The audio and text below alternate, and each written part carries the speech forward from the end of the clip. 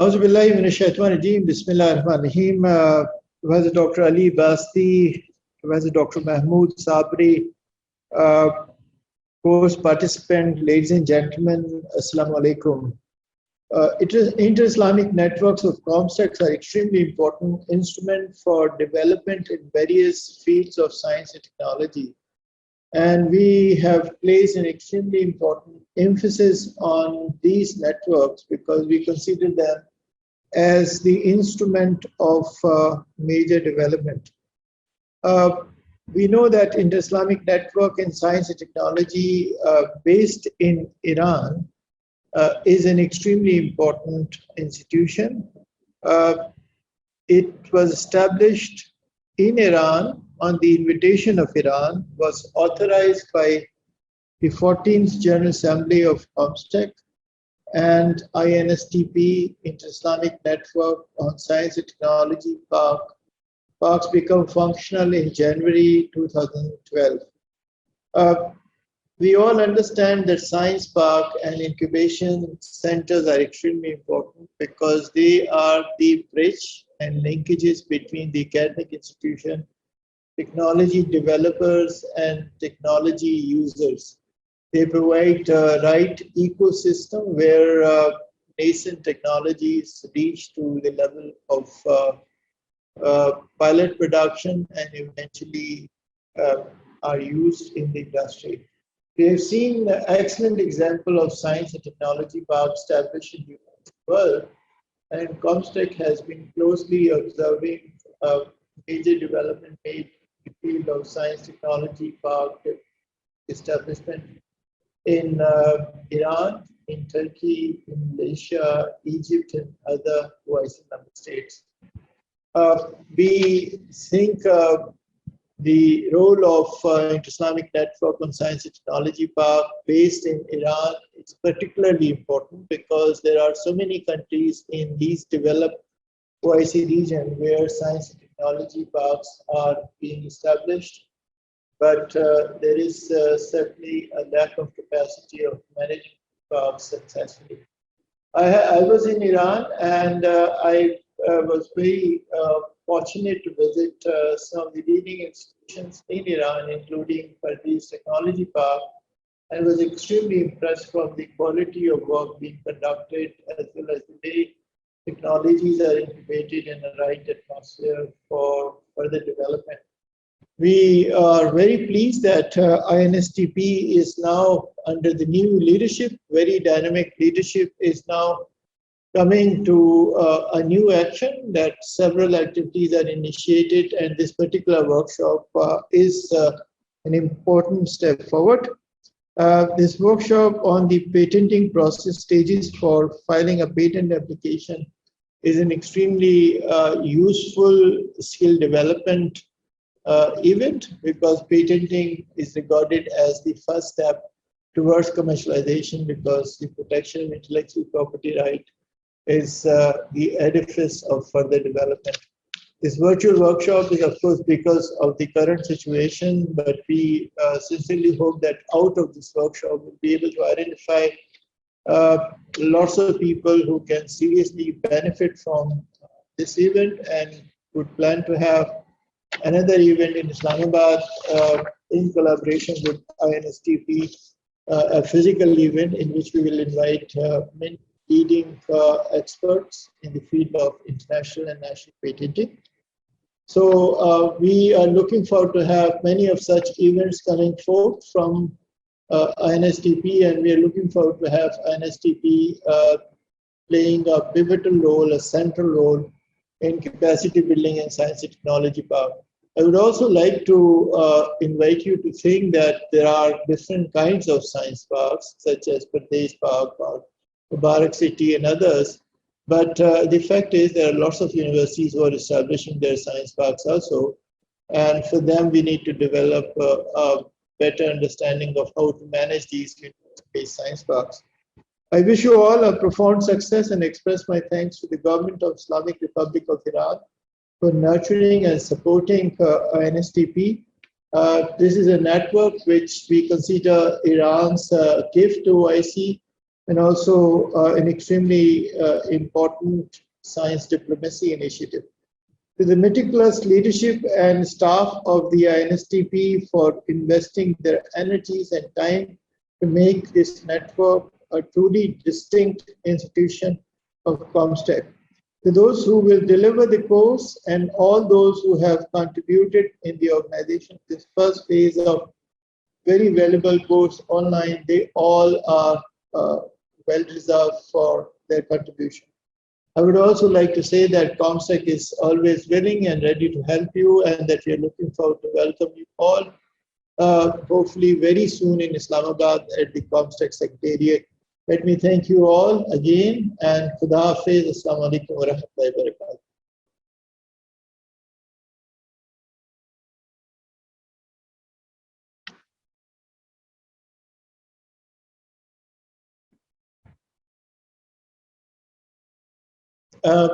Over to you, Dr. Noor.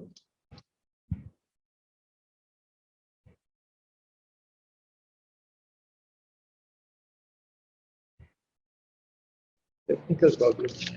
I don't know whether they were able to listen. Your mic is mute, Dr. Noor. Can you kindly unmute your mic and proceed with the workshop now?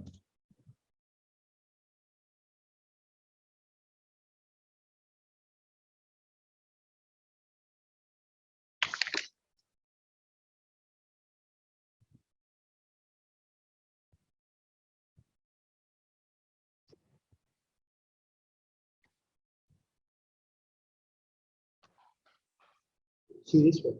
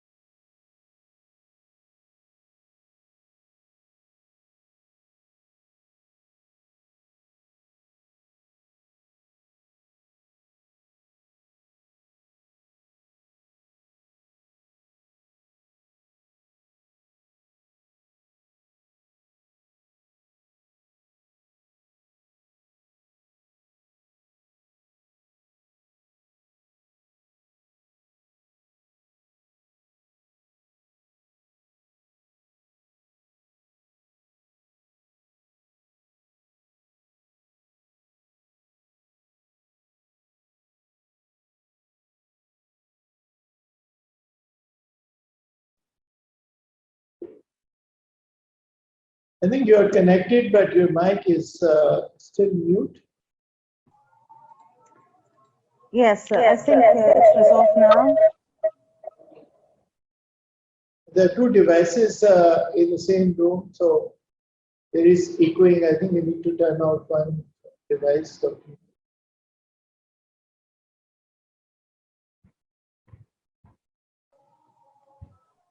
Can you hear me now clearly, sir? Yeah, we can hear you now, loud and clear. So proceed, inshallah. Okay. Thank you so much, Your Excellency, for your kind words and speech. And I hope we can continue this cooperation together and for the flourish of science and technology in OIC states in the future. Thank you so much. Inshallah. Okay, so have a nice day, and thank you so much, and goodbye. Thank you. Okay, everybody, we will now start our session. Our first session will be delivered by Ms. Fatima Jahan Peyma under the title of An Engaging Introduction to Copyright, Patents, Designs, and Trademarks. Ms.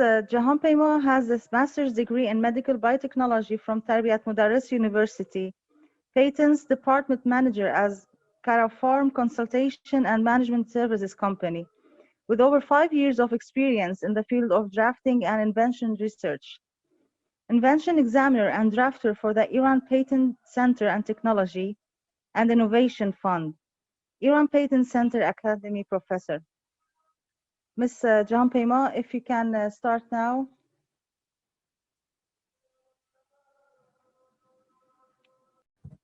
Okay.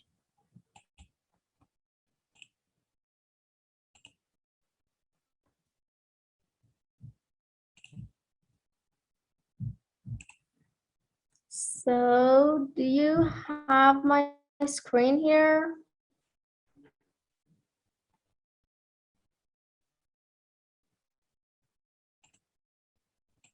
I'll open the chat box to see. Great. So, if you please let me, I will start the session.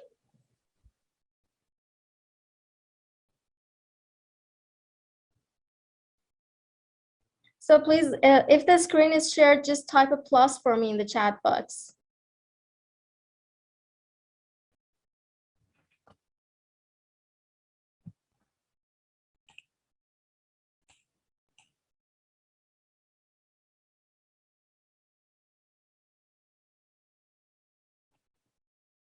Great. Thank you very much. I think you have probably introduced me at the beginning of the session. I wasn't connected at that moment. So since we're a bit late, I would like to go straight to the slides.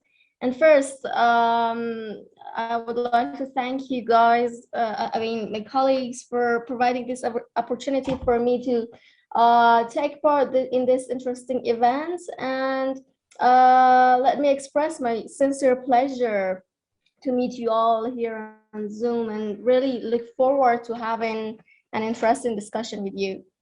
Okay, let me just go straight to my presentation. And in this session, I'm going to provide you with an overall introduction to the most relevant and commonly used intellectual property facets. Okay, since I have shared my slides here in this system, sorry if I don't look at the screen.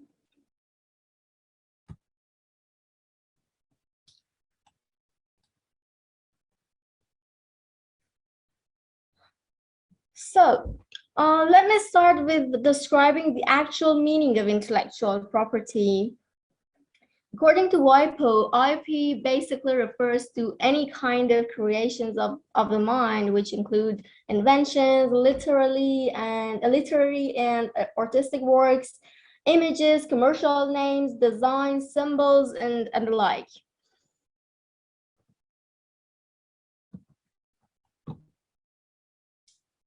So,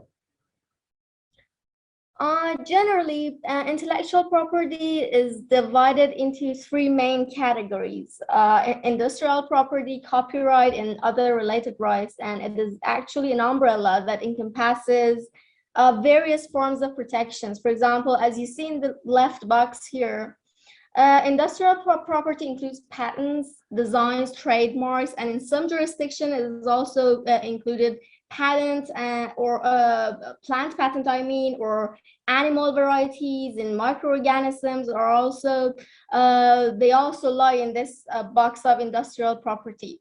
And in the other box, you see copyright, which includes literary works, films, music, computer program, algorithms, and stuff like that.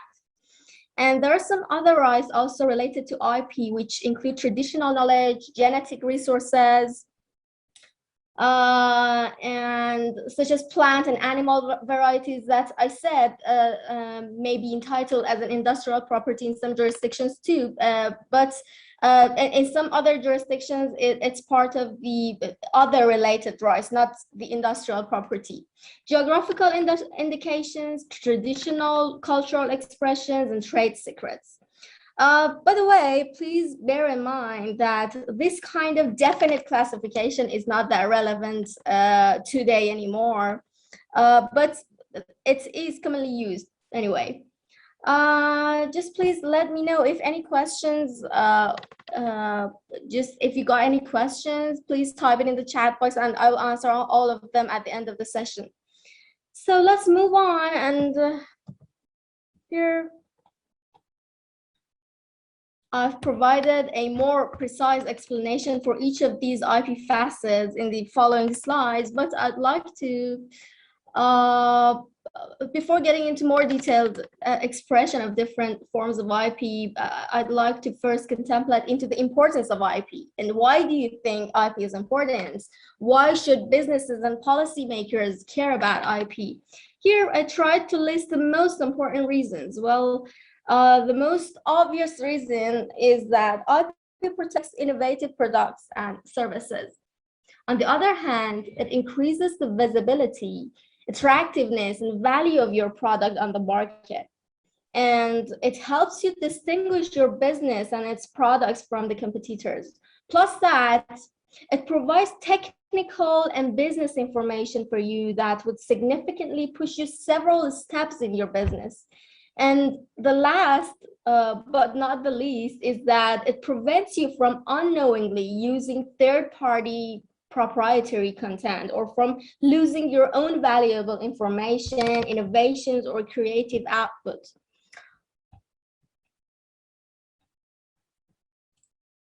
To make it clear what is the major role of IP for a firm, please look at this model. This model is basically a graphical representation of a firm's unique competitive positioning relative to its customers and their needs.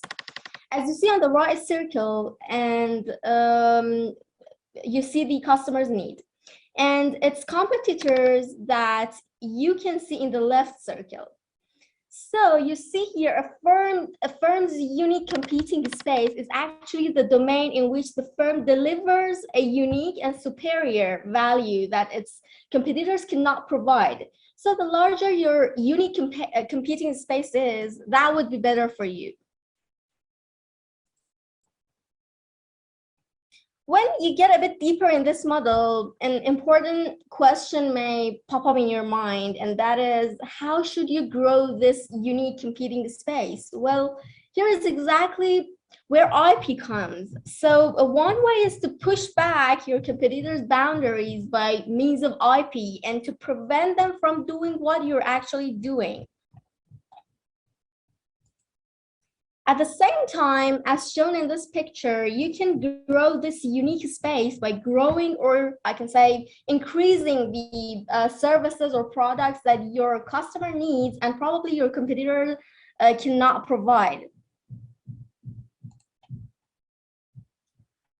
This was basically the ideal situation, but you should definitely bear in mind that your competitors are not actually going to sit and watch your growth and do nothing.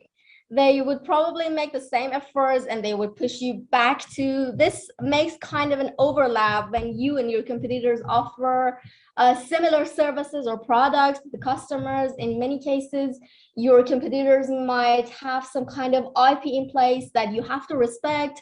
So you need to be aware of what are those IP and what they have got protected.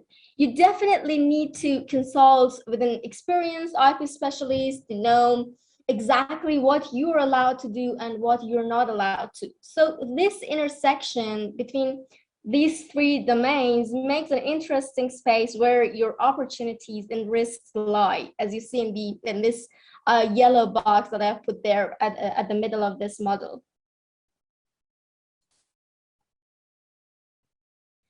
Now, with this context that I provided in the previous slides, what do you think you should care about when it comes to IP? What is the win-win strategy? Here is the three aspects that we have to care about: protect, respect, and exploit.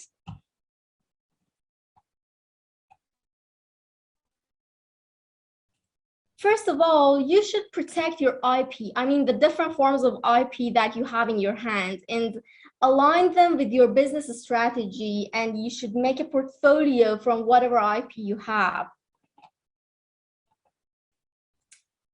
At the same time, you should respect the IP owned by your competitors, and you must make sure you do not do anything that your competitors may prevent you from doing. Plus, you shall monitor your competitors to enforce your IP rights when required. So the other aspect that I had put in that slide is caring about how you should use your IP to make money out of it. This is the important part. If you protect your IP and make no commercial use out of it, that would be just wasting your money, or wasting your money on costly IP registrations. So you must make sure whatever you do is completely aligned with your commercial goals. So in general, I can say now we basically know we have a kind of prospect about why IP is very important for businesses. In general, IP law is actually based on three important principles that we must know. Territoriality, conventions and treaties, and the third one is national treatment. According to the principle of territoriality, intellectual property rights are limited to the territory of the country where they have been granted. The principle of territoriality permits states to tailor their national intellectual property laws such that it suits their level of technological and economical development, and also it encourages the development of their industries, or to protect their public health. Although IP laws, as I said, are almost always national in nature, there are many conventions and treaties under which nations agree to provide minimum level of IP protection and to protect IP created by nationals of other countries, because every country is kind of responsible to protect the IP owned by nationals of other countries. In case of conventions and treaties, the World Intellectual Property Organization, also called as WIPO, that you all have probably heard, administers over 20 treaties and conventions on the registration, classification, and protection of IP. That I think I have listed here. Okay.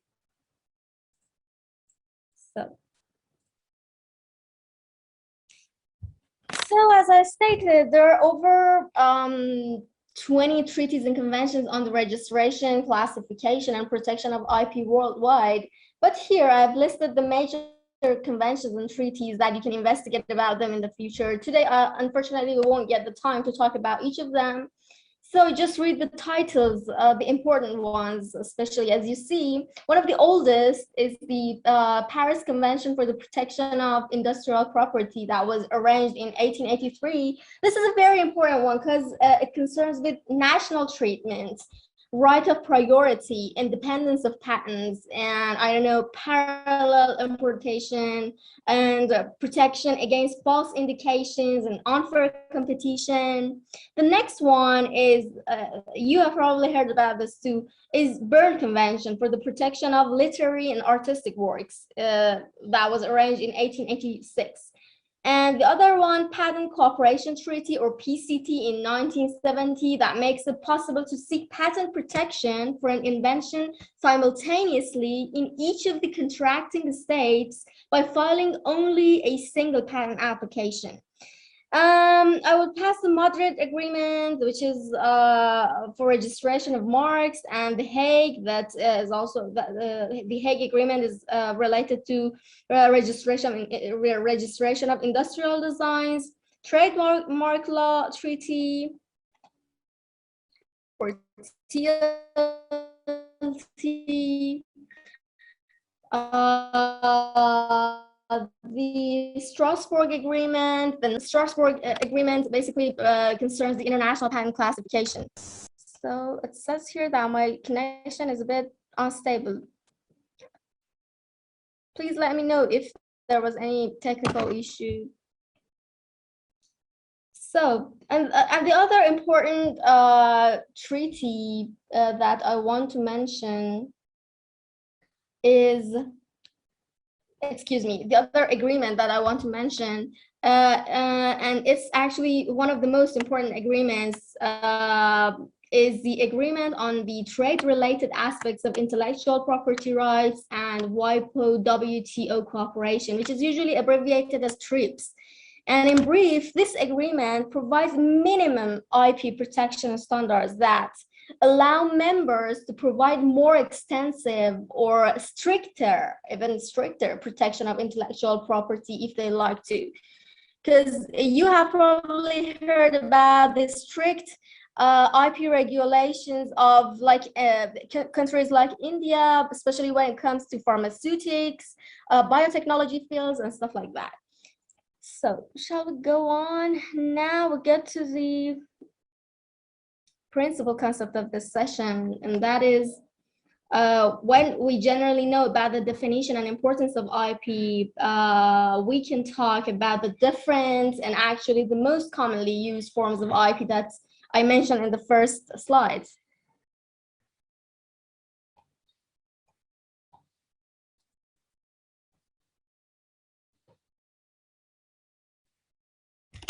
So the first IP facet that I want to talk about is patents.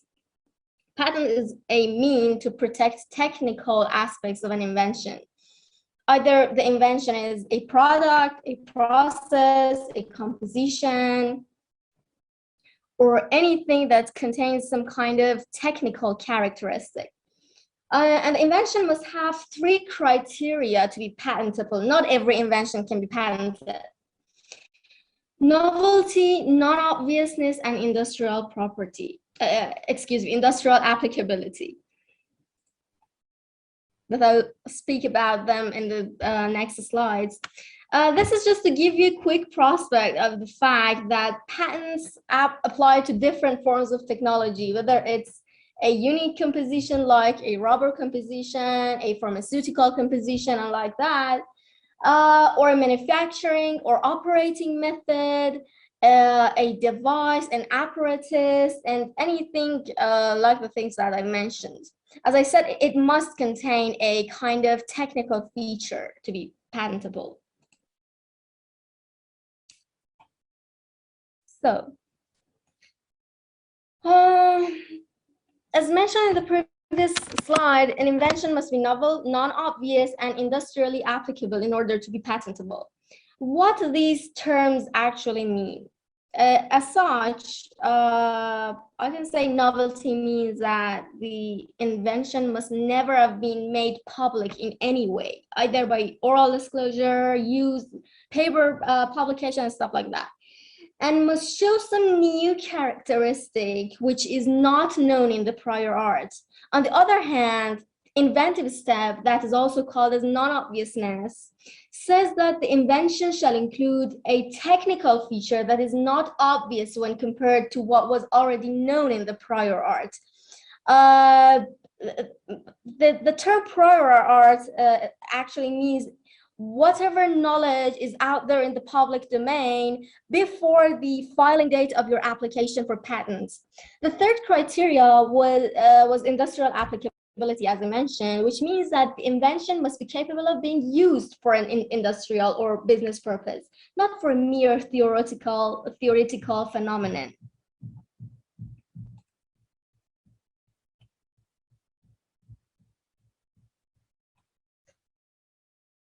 Okay, here I have provided a common definition about patents that we must all know when working with patents. Well, patent is basically an agreement between an inventor and the government of a country in which the inventor agrees to publish his or her invention, and in turn the government agrees to give the inventor exclusivity on the use of the invention for a limited time.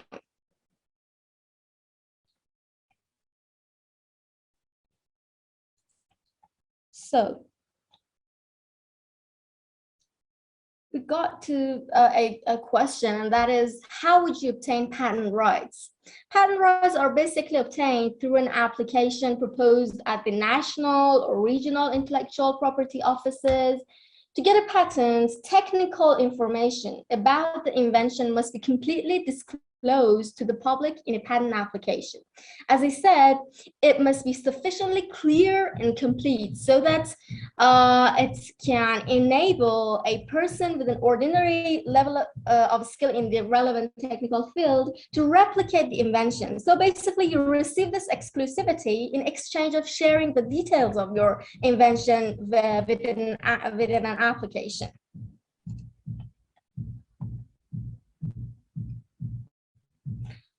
And how long does a patent protection last? The protection is basically granted for a limited period of time, generally 20 years from the filing date of the application, but this may vary a bit from country to country.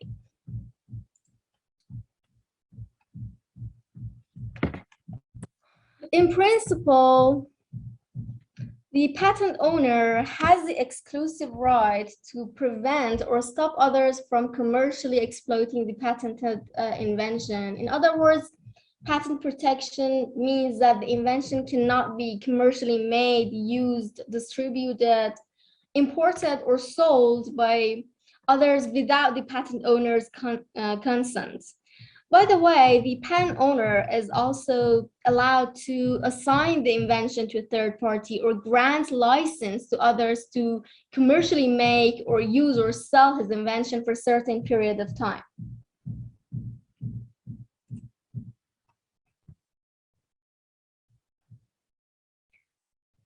As I said, you need to meet three important, again, just repeating again, you need to meet three important criteria. That was novelty, inventiveness, and industrial applicability to obtain patents for an invention.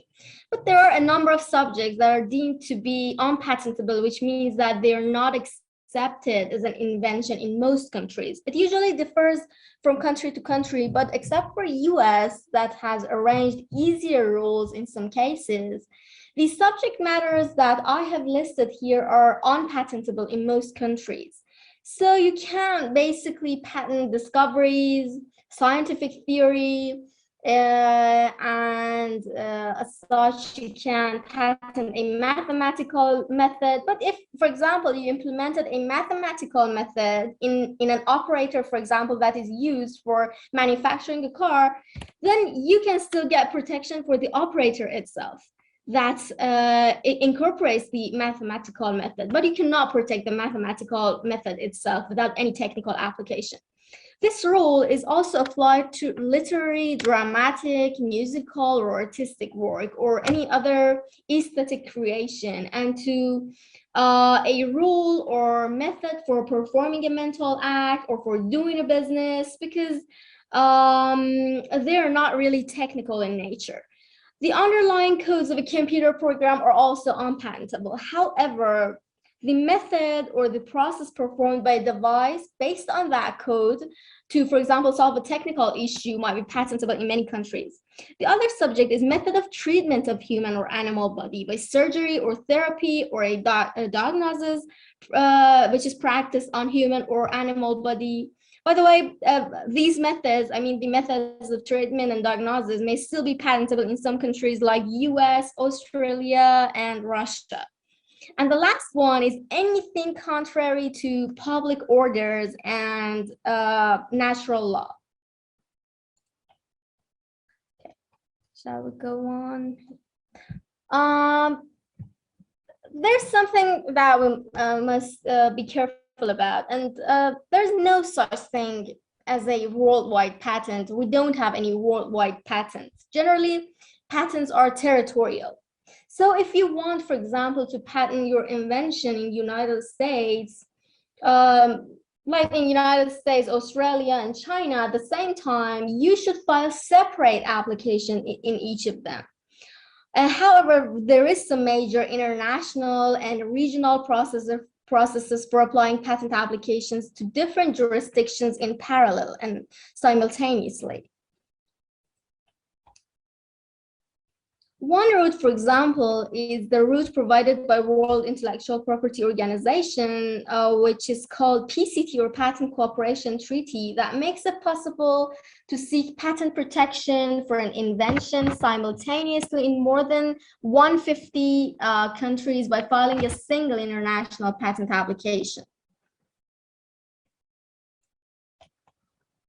The other routes include the regional routes that make it possible to seek patent protection for an invention, again, simultaneously in a number of countries inside a specific region, like in Europe, Africa, by filing a single patent application. Some of these routes are the, I can name the European Patent Convention, or EPC, the African Regional Intellectual Property Organization, or ARIPO, the African Intellectual Property Organization, or OAPI, the Eurasian Patent Organization, EAPO, and the Gulf Cooperation Council Patent Office, or GCC.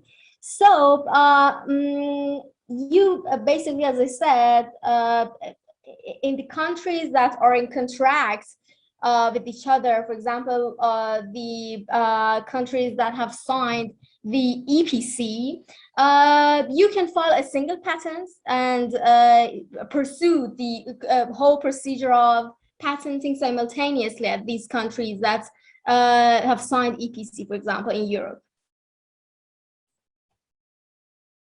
I think we're done with patents and we get to trade secrets, and I don't understand why. Yeah, here.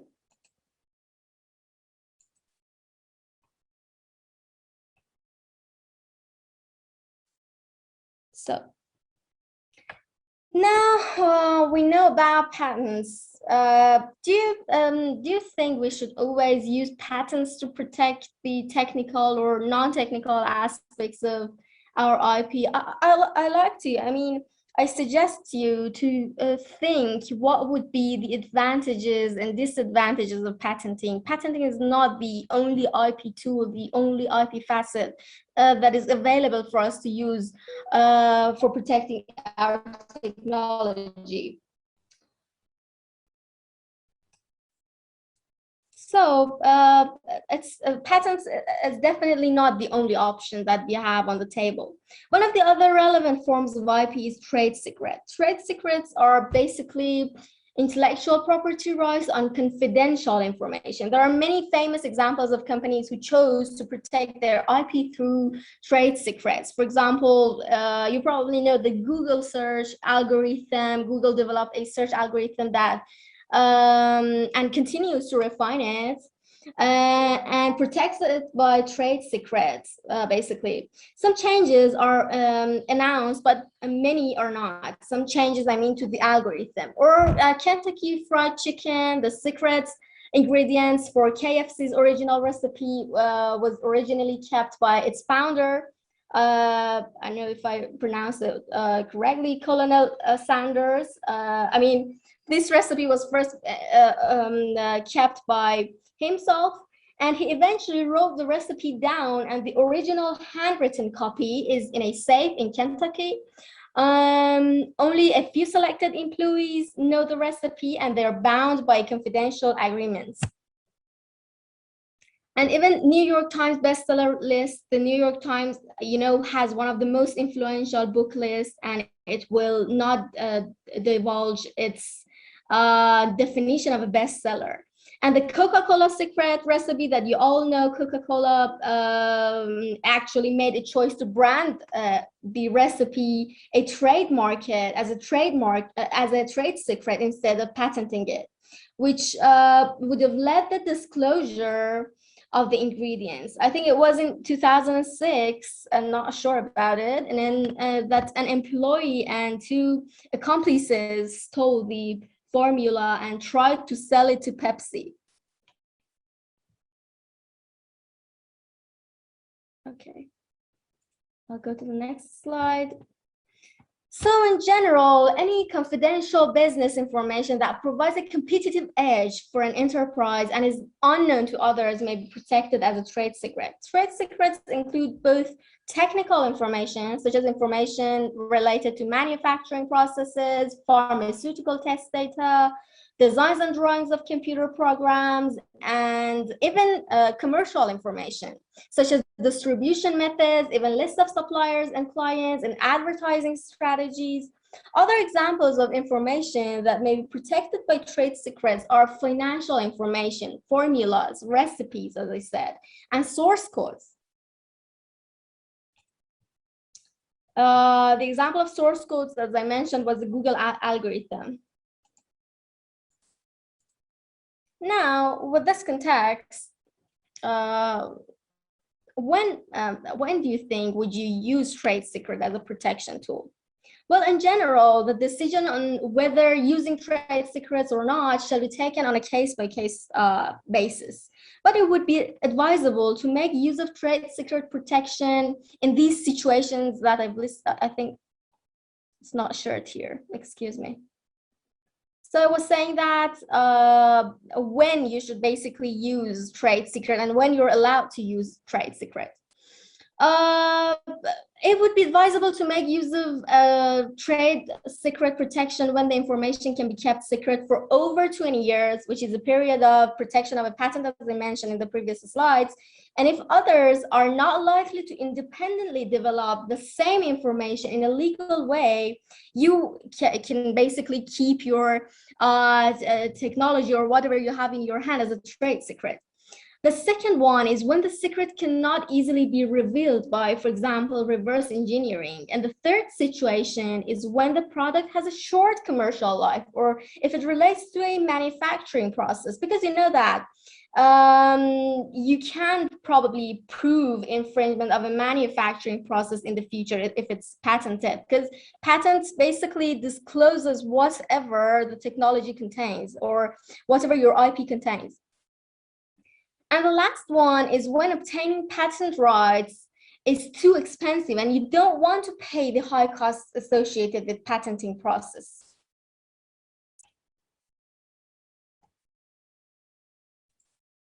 So as a result, unauthorized acquisition, use, or disclosure of such secret information such that is basically contrary to honest commercial practices by others is basically regarded as an unfair practice and a violation of the trade secret protection. Depending on the jurisdiction, however, I have to say, where you want to protect your IP, the legal protection of trade secrets is usually part of the general concept of protection against unfair competition. So now I would like to talk about the disadvantages associated with the trade secrets. You may first think that trade secrets are always advantages because there are lots of people that they actually during the meeting there are lots of discussions about this, that the technologists usually prefer to keep their IP secret. They don't want to disclose it even in patents, even in exchange of having an exclusivity of 20 years. But we must be aware of the disadvantages associated with trade secret. Basically, a trade secret owner cannot stop others from using the same technical or commercial information. If they if others obtained or developed such information independently by themselves through their own R&D, or reverse engineering, or marketing analysis, you cannot stop them. So due to the fact that trade secrets are not made public, unlike patents, they do not provide defensive protection. You cannot stop others from developing what you are developing, except for some kind of your content is actually breached. Plus that, trade secrets are not considered as a prior art because it has not been published. For example, if a specific process of producing, for example, compound A has been protected by trade secret, someone else might be able to obtain a patent on the same invention that you have, and you have kept it as a trade secret if the inventor has arrived at the invention independently on his own R&D process, for example, or reverse engineering. So I think we're done. And basically, each of these IP facets that I'm explaining is like an ocean that you can probably read more about it in the future. I'm basically focusing on the main concepts. We get to trademarks. The other IP tool that I'm going to talk now is trademark. A trademark is basically a sign that is capable of distinguishing the goods or services of one enterprise from those of other enterprises. Basically, a trademark registration will confer an exclusive right to the use of the registered trademark for the user. For the owner of the trademark. This means that the trademark can be exclusively used by its owner or licensed to another party for use in return for payment.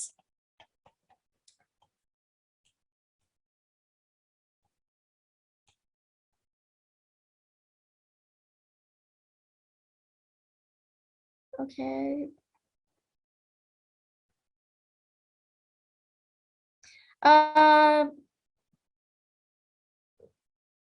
One of the participants has asked a question, and I prefer to answer all the questions at the end of the session if you please let me. So I go to the next slide, and at the end, we'll have the Q&A session.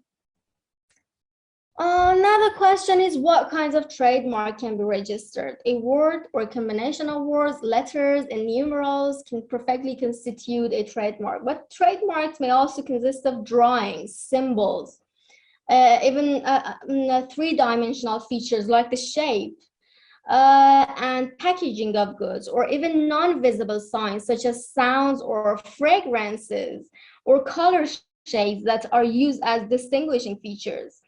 Can you guys name a sound or a fragrance that has been registered as a trademark?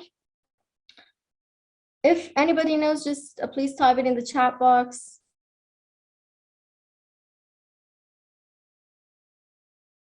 I've myself brought a few examples here in the next slide, but if you know maybe any fragrances or any sound, we have a very famous sound which is basically trademark registered.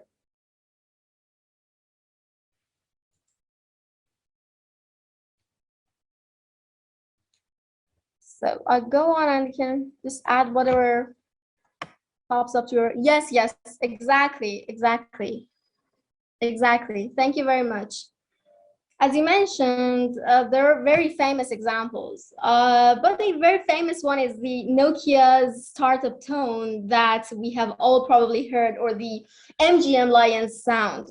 That is, I think, for the Hollywood film studio. I don't know, its name was, I think, Metro Goldwyn Mayer, something like that. Or with the fragrances, there are many famous scents that have been registered as trademark. For example, one famous example is the flowery musk scent in Verizon stores, which is Verizon is basically, I think, an American wireless network operator.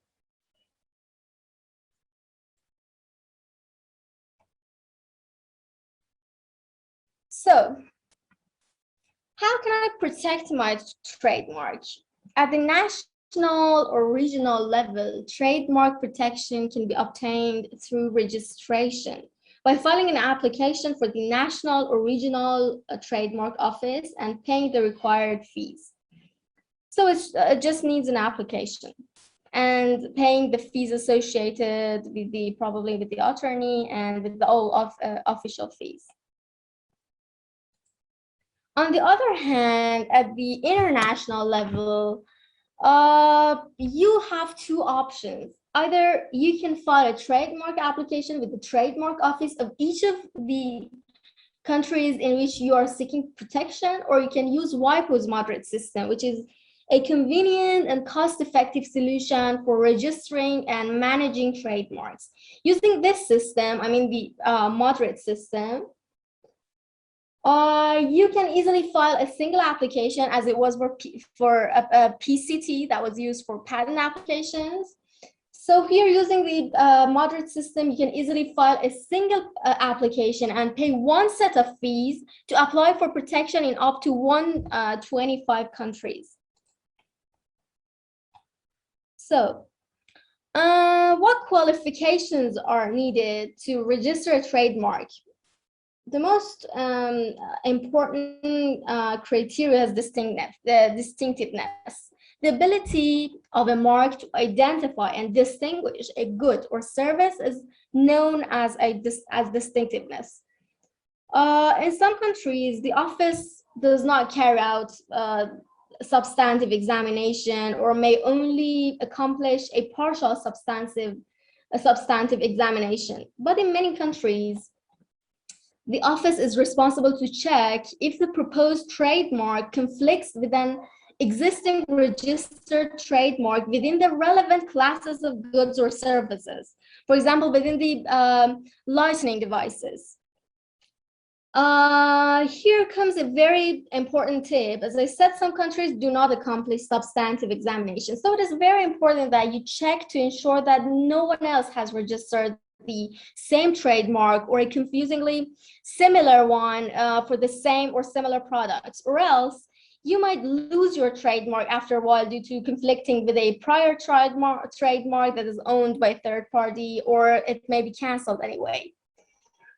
Once it has been determined that there are no grounds of refusal, the trademark can be registered and a registration certificate will be issued. The certificate is generally valid for 10 years. Well, it differs in different countries, but it's generally about 10 years. However, registrations can be renewed indefinitely upon payment of a renewal fee that are usually paid on a 5-year basis.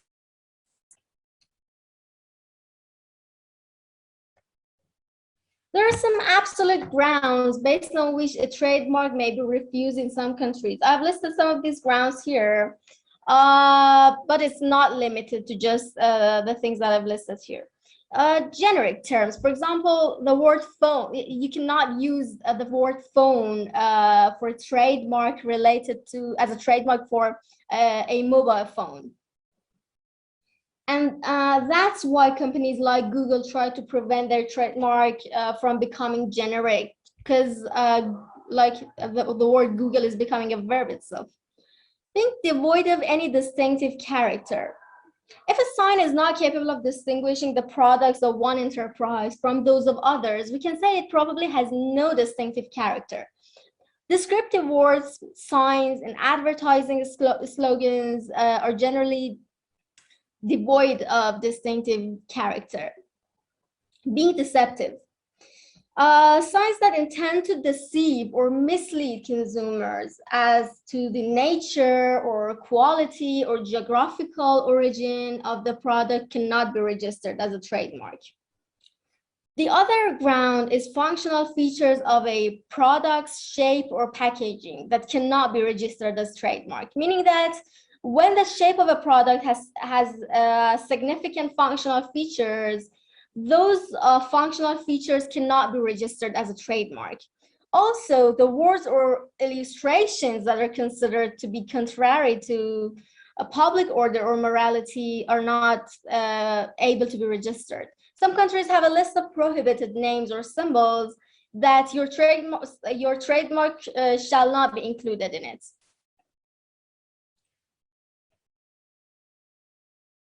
So we're done with the trademark almost. As I said, there are many issues that we can discuss about, but we go to copyrights, which is the other IP facet commonly used. Copyright, or also called author's right, is a legal term used to describe the rights that creators have over their literary and artistic works.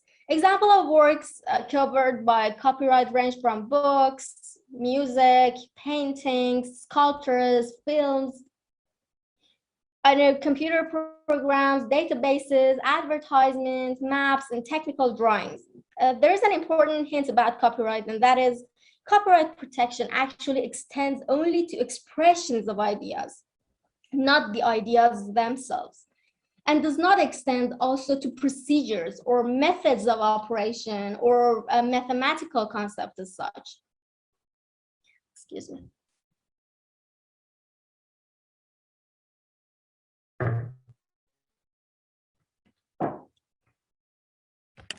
And please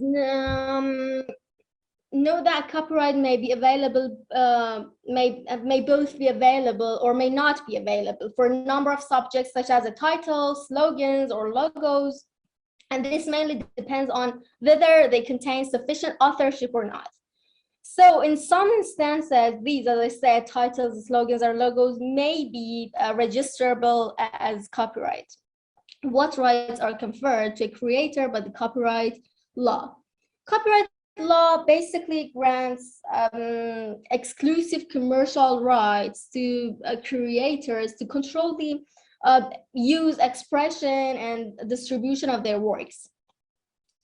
So this is basically the right that is conferred to the creators.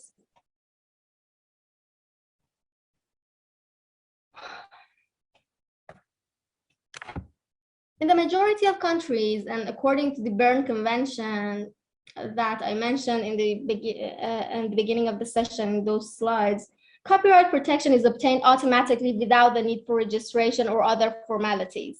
However, most countries have a system in place that allows for the voluntary registration of works. Such voluntary registration systems, so as I said, it's automatically applied. But voluntary registration systems can maybe help solve disputes over ownership or creation, as well as it may facilitate financial transactions and stuff like that. Generally, protection of the economic rights lasts for the lifetime of the author, plus an additional period of at least 50 years. In a number of countries like Europe, United States, and several other countries, this period is even longer. For example, 70 years after the death of the author.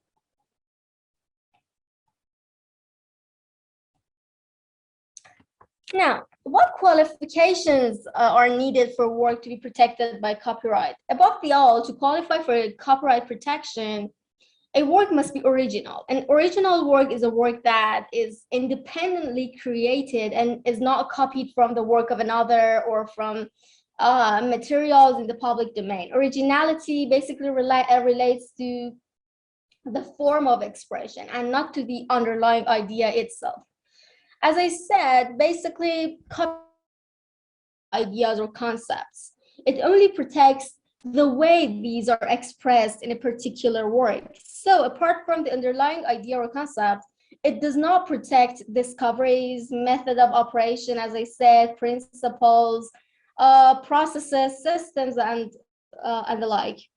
By the way, written instructions or sketches that explain or illustrate a concept. So as I said, the concept itself cannot be copyright registered. By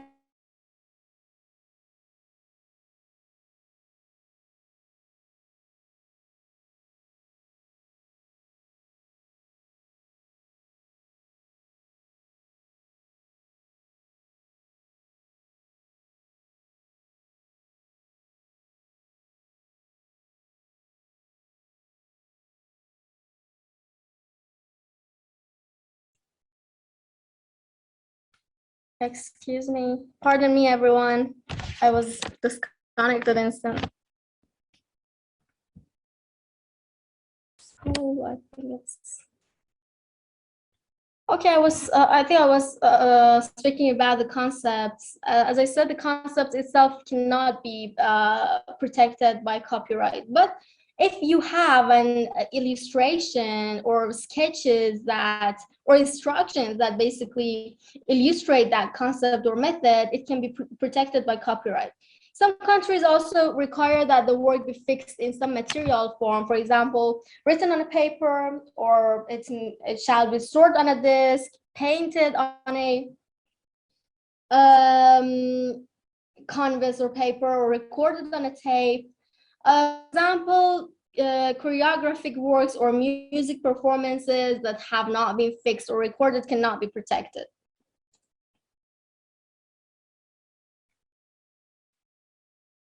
So, the other well-known form of IP is industrial property, as I think this is the last IP facet that I'm going to talk about.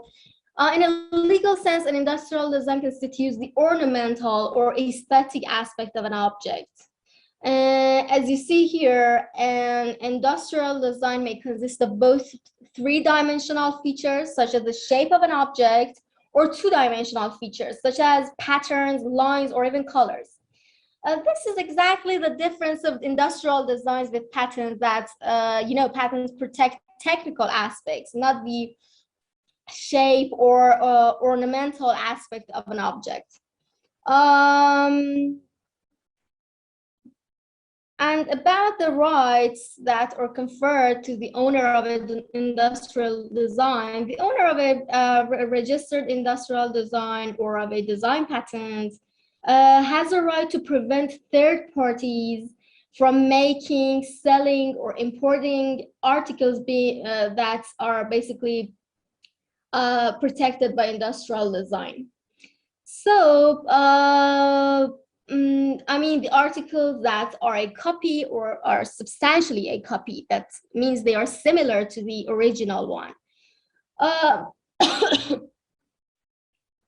Especially when it's for commercial use. Now, the question is, what kind of products can be protected by industrial design? Basically, industrial designs can be applied to a wide variety of as I said, can be applied to a wide variety of products of industry and handicraft items, maybe. For example, packages, furnishing and household goods, containers, I don't know, lighting equipment, jewelry, electronic devices, textiles, and anything that we can basically describe its shape, its aesthetic aspect. In most countries, an industrial design needs to be registered in order to be protected under industrial design law as a registered design. However, I can say in some countries, industrial designs are protected under patent law as design patents, like United States. Even depending on the particular national law and the kind of design, industrial design may also be protectable as works of art under copyright law. Also, in some jurisdictions, you may obtain a limited protection for unregistered designs. So even if you don't register your design, in some countries, you may obtain a limited protection. For example, in the European Union, an unregistered design can be protected for about 3 years, I think, from the date on which the design was first made available to the public.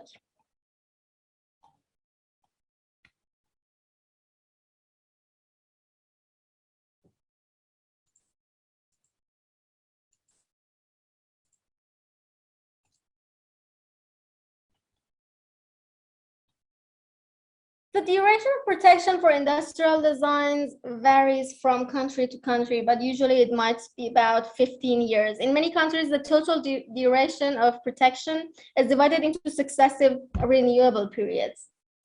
But please note that to maintain the exclusive right over an industrial design, you should pay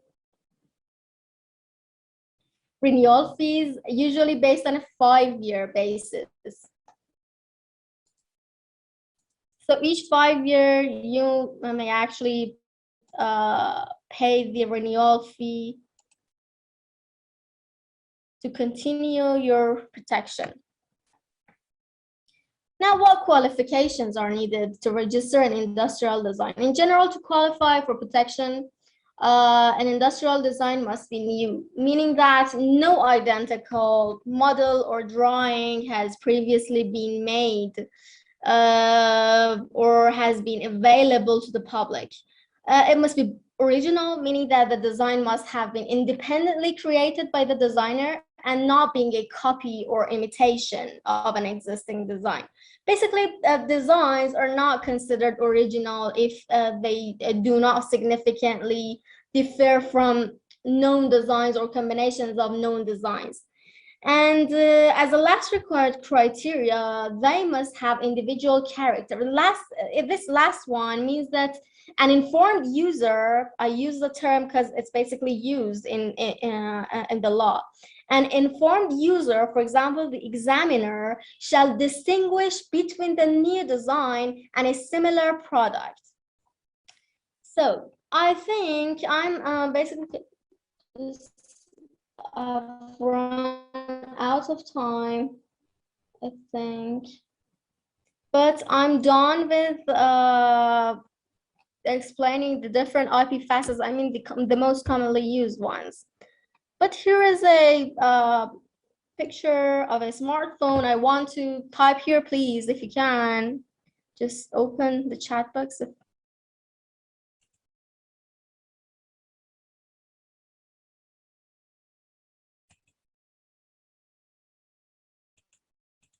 Okay, I don't have the chat box here.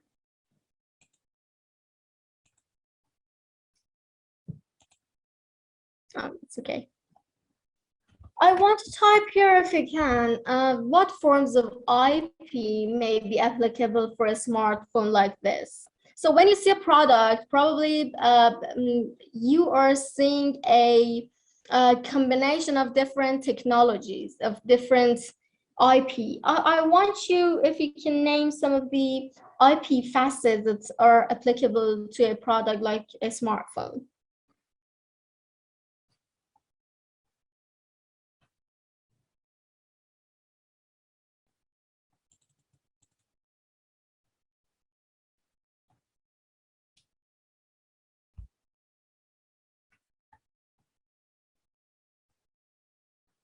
Well, I think,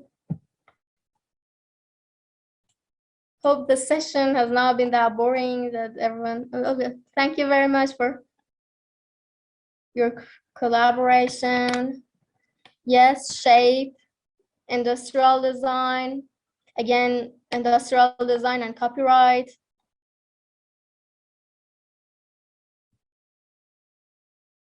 Thank you very much, dear Umar and dear Kamran and dear Hamza.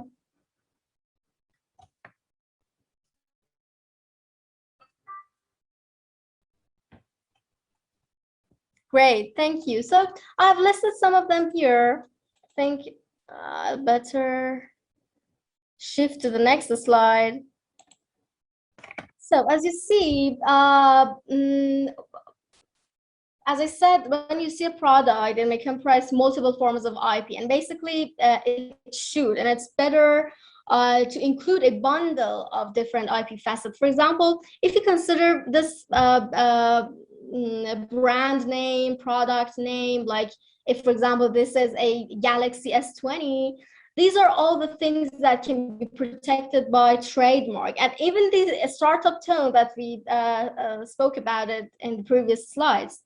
On the other hand, its copyright protected facets may include software codes, user manuals, ringtones, again, startup tone, images, and also you've got data processing methods or operating system and operation of user interface that can be protected both by patents and trade secrets or a combination of both. You probably also have some industrial designs like the overall shape, as one of you mentioned, and the arrangement and shape of buttons, and even the shade of color and stuff like that. So thank you very much, everyone. It was a very great session, and thank you, my colleagues, for having me in this event. I've finished the presentation, and you can find the contact information here if you wanted to contact. I will always be ready to answer your questions, either by LinkedIn. I think I mentioned my LinkedIn link at the beginning of the slides under my picture. So if there is any questions, I remember one of you had asked about how we can protect trade secret, I think I mentioned it in one of the slides. The way you can protect your trade secret is actually based on using the confidentiality agreements with your colleagues, with whatever is aware of your IP. If your IP is a technology, any employee who is aware of what you're doing, or if it is, for example, it's a recipe, everyone who knows what you're doing, everyone who is aware of the details of your IP, you have to contract a confidentiality agreement with them.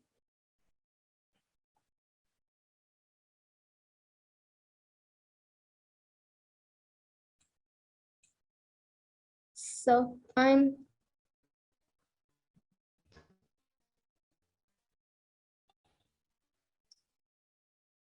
seeing the different questions. I think they are dispersed in the. Thank you, Ms. Jahan Pema.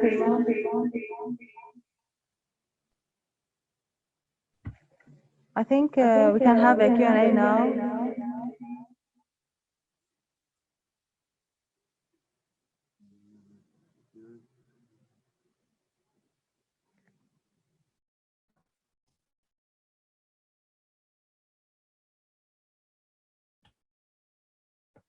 I'm ready here. I'm checking some of the questions. I think I missed some of the question at the beginning of the session. Excuse me, Ms. Jahan Pema, can you hear me? Yes, I hear. Yes, I think we can have a fast Q&A now if anybody has some questions, and we will have a break at 10 minutes from now. So you have 10 minutes for questions. Yes, excuse me. Okay? I think there are some questions. Yes, if dear Kamran says, if patents are territorial, do we review only the patents of the relevant country? It depends. When you're basically doing a kind of novelty search or a patentability search, you have to basically the territorial term does not mean anything when you're going to patent an invention. So if you're doing a novelty search or patentability search, you have to search for it. Search for any patents that are published worldwide. But if you are going to, for example, export your product, your technology to another country, and you are going to check your freedom of freedom to operate, you basically have to check that territory, because when we say patents are territorial, we are basically speaking about the legal sense of patents. So when you patent your, for example, when you patent your invention in US, you're actually protecting your patent in the domain of US, in that region. You know, you can stop everyone. You can basically use that defensive protection in that area, not in other places. If someone else in, for example, Germany copies your work, if somebody, a third party re-engineers your invention, you cannot stop him in Germany, because you have patented your invention in US. I think I answered this question.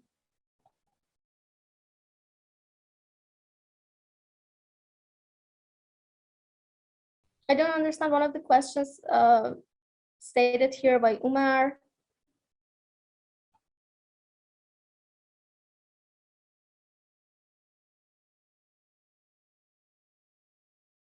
If you can maybe repeat it in another way.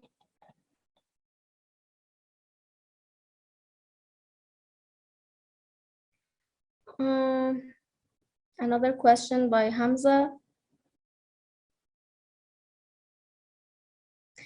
Considering territorial-based patents, can someone patent something that has not been introduced in their country, but has been introduced somewhere else? No. As I said, when you're going to patent, just the legal sense is basically territorial. But if you want to patent your, I think we mentioned in our slides, I can go back maybe here. Yes, patent, as you see here, the three main criteria for checking the patentability of an invention is novelty, inventiveness, and industrial property, industrial applicability. And as we said, the examiner basically checks that the technical characteristics, the technical features of your invention be completely new as compared to the prior art, as compared to what is available in the public domain. So it's not basically limited to a specific region. The search is basically accomplished worldwide. And from Dr. Bushra Islami, what or when to choose a trademark or patent? Any specific criteria? Well, I think this is not a right question, because we cannot protect what is protectable by patents, by trademark. You know, these are two completely different IP facets. Patent is a tool to protect, as I said, a technical aspect of your invention, but trademark is basically used to protect symbols, names, logos, and stuff like that. You know, whatever distinguishes your business from other businesses. Like McDonald's trademark, as you see, you can completely distinguish that this trademark is only and only related to McDonald's, not to other fast foods or restaurants. So we cannot compare these two with each other. If we want to know which direction a particular technology is moving, like solar cookers or industrial design, can we use IP for mapping it? Definitely we can use it, Omar. Basically, I think it's going to be discussed in the next session about the importance of IP and technology transfer and stuff like that. I think it's going to be discussed, but to long story short, I can say definitely when you do a you are actually predicting technology, where the technology is going. I'm basically focusing on the technology, so you can use patents and other IP to kind of predict where this curve of technology is going to move, basically. Exactly as you said, we can use IP for technology foresight. You're welcome. It was a really sincere pleasure to be with you. And I hope we'll get a chance to meet face to face, to be in person with each other.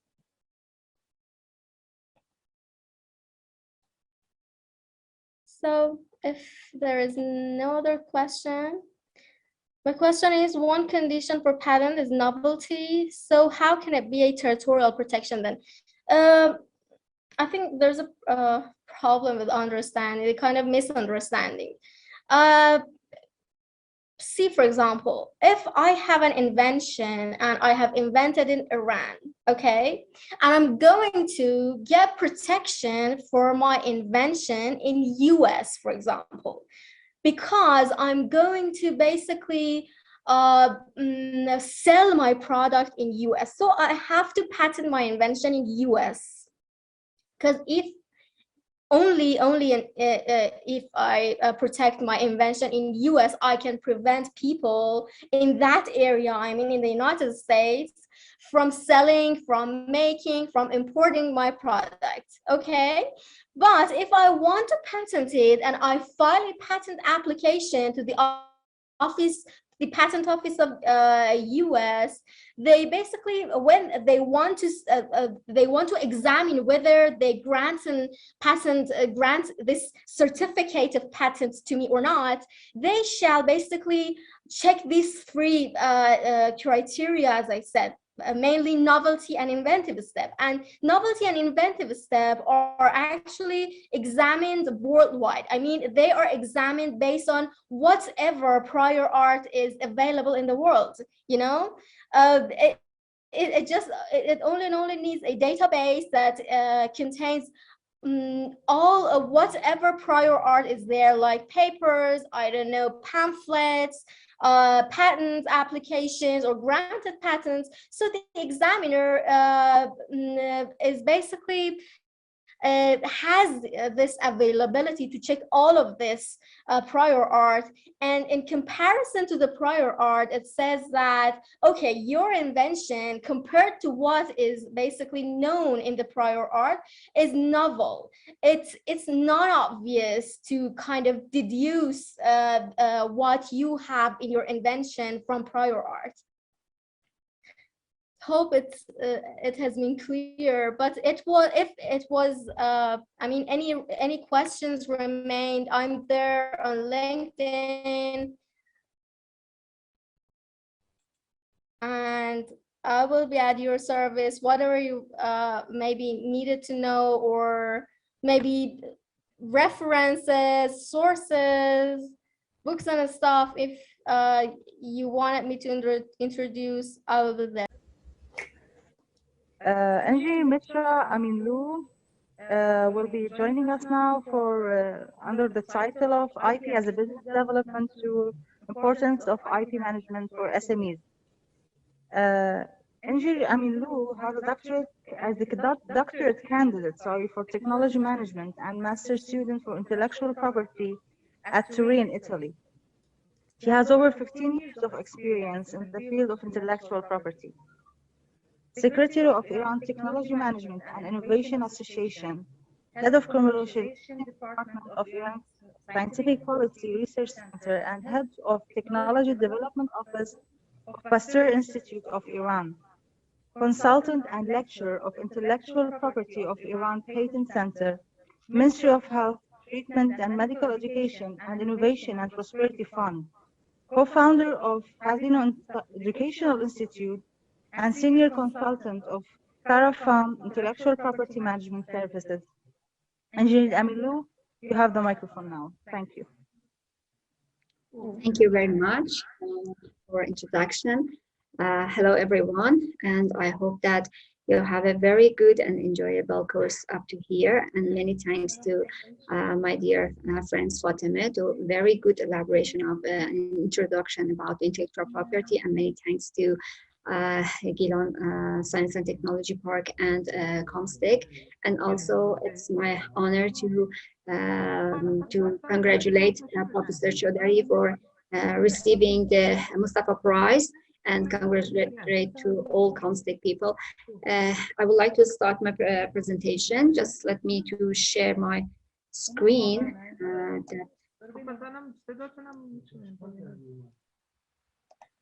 Okay, can you see my screen right now?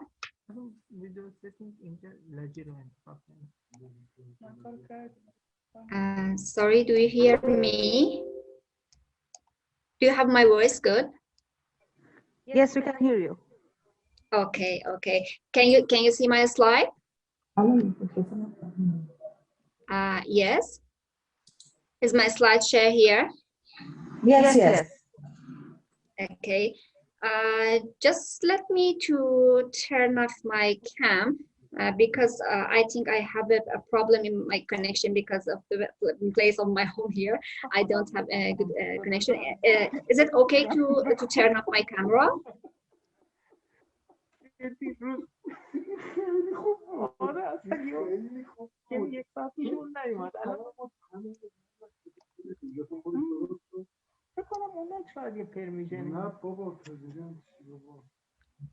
Sorry, I think somebody's microphone is open.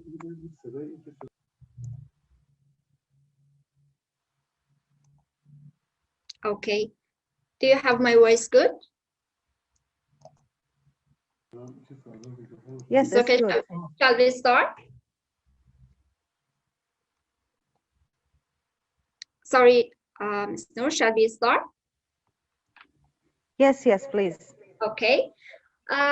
The subject we are going to talk about in this session, in the second session, is about IP as a business development tool and the importance of IP management for especially SMEs, as the Science and Technology Park are the linkage between the universities and industry. Managing this process from the university to the industry, and the main part is the intellectual property management. So now we are going to talk about the management part of the the technology and intellectual property. So just let me, okay. I move on to the next slide. Do you see that I move to the next slide? It is, does it change? Yes.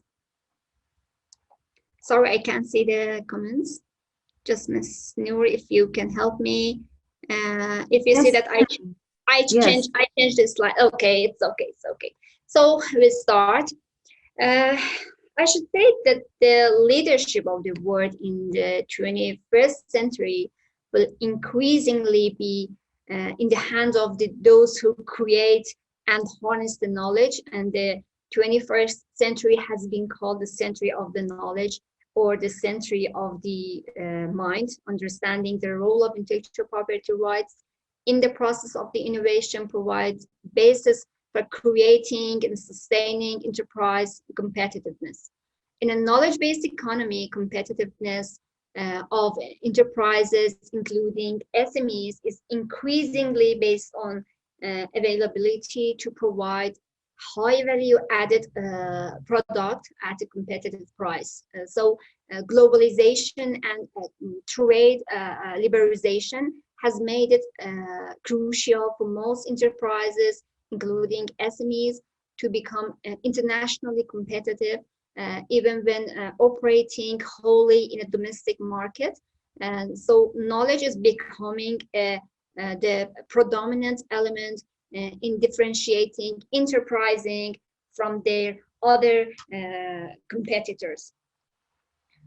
So if I want to mention spotlights on the knowledge of economy today, you know that we are in the, the world economy is changing, and we are in the information age.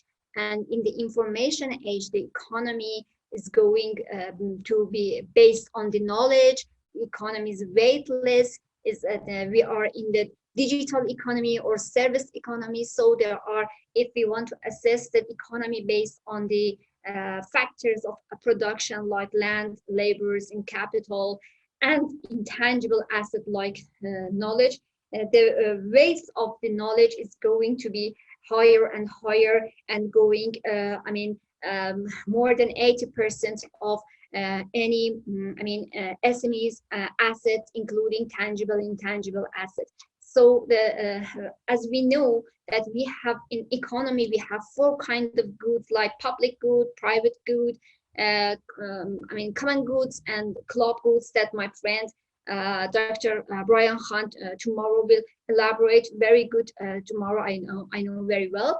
But as we know that the knowledge is a kind of public good, and it is difficult to make it call it as a property. So the intellectual property come here to make it easy for us to make as a property, and to have exclusive rights. So if we want to have a market-oriented economy in this kind of economy, the unfair competition and free riding is going to be increasing, because we are facing with intangible asset, and there are many rules and regulation in national and international levels, even between countries, bilateral or regional agreements. By this, to meeting or exceeding market needs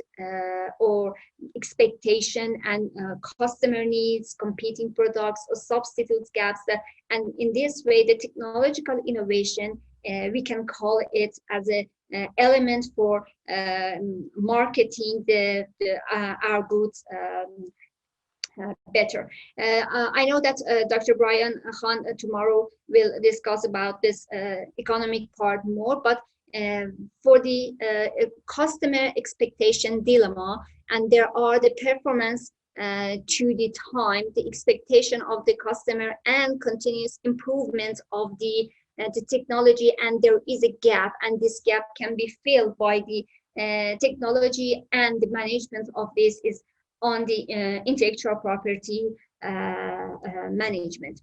Regarding to the concept of tangible and intangible asset, the conception of what amount to property has significantly changed. We are no longer restricting to the meaning of the property to tangibles. In the knowledge-based economy, it dictates that, the dictates of the, they are the ideas and concepts. So in this way, the game of the economy changed, and there are two concepts that value in the its own context and multiple simultaneous value screen.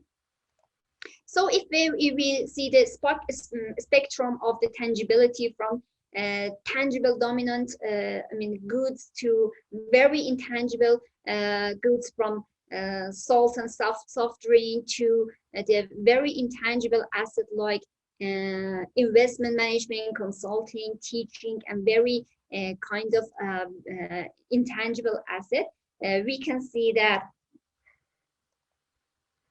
there are very necessity.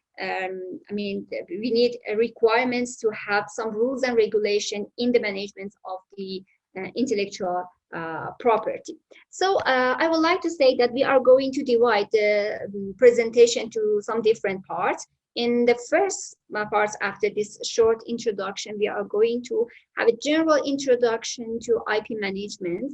So, after this part, in this part, I will introduce you to the most important aspect of managing IP as it applies. And in the second part, I will explain more important on patenting strategies for IP developers and how companies use IP strategies to commercialize IP. You will find out about some good practices, tools, and a procedure you can use to help you and your client to capture, document, and protect IP arising from your work or the client's work.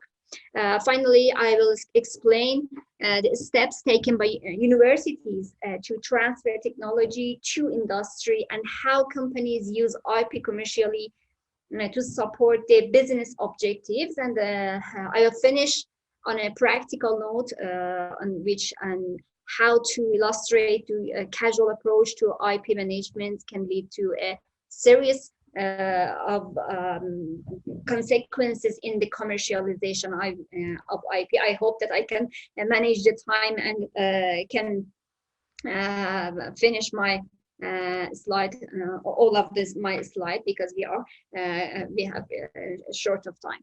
So the role of IP asset management as we mentioned that in a knowledge-based economy, we are going, the IP make us to have ability to provide a high value added products at the competitive price. So the knowledge make us to differentiate between different products in the basis of the prices. So with regards to globalization and free trade and trade liberalization, we have this competitive not nationally but internationally. So knowledge can be here play a very good play a very good role to differentiate, to make our product and services in a very competitive price. So to become competitive and remain in a competitive place in a very competitive market, an SME should have a coherent business strategy aligning with the IP strategy. I'm going to elaborate more on the strategy part. So by this coherent IP strategy, SMEs can invest in research and development, acquiring new technology outside of their companies, because now we are living in the era of collaboration, open innovation, and we can improving management practices, including IP management processes, and developing creative and appealing design, effectively marketing our products.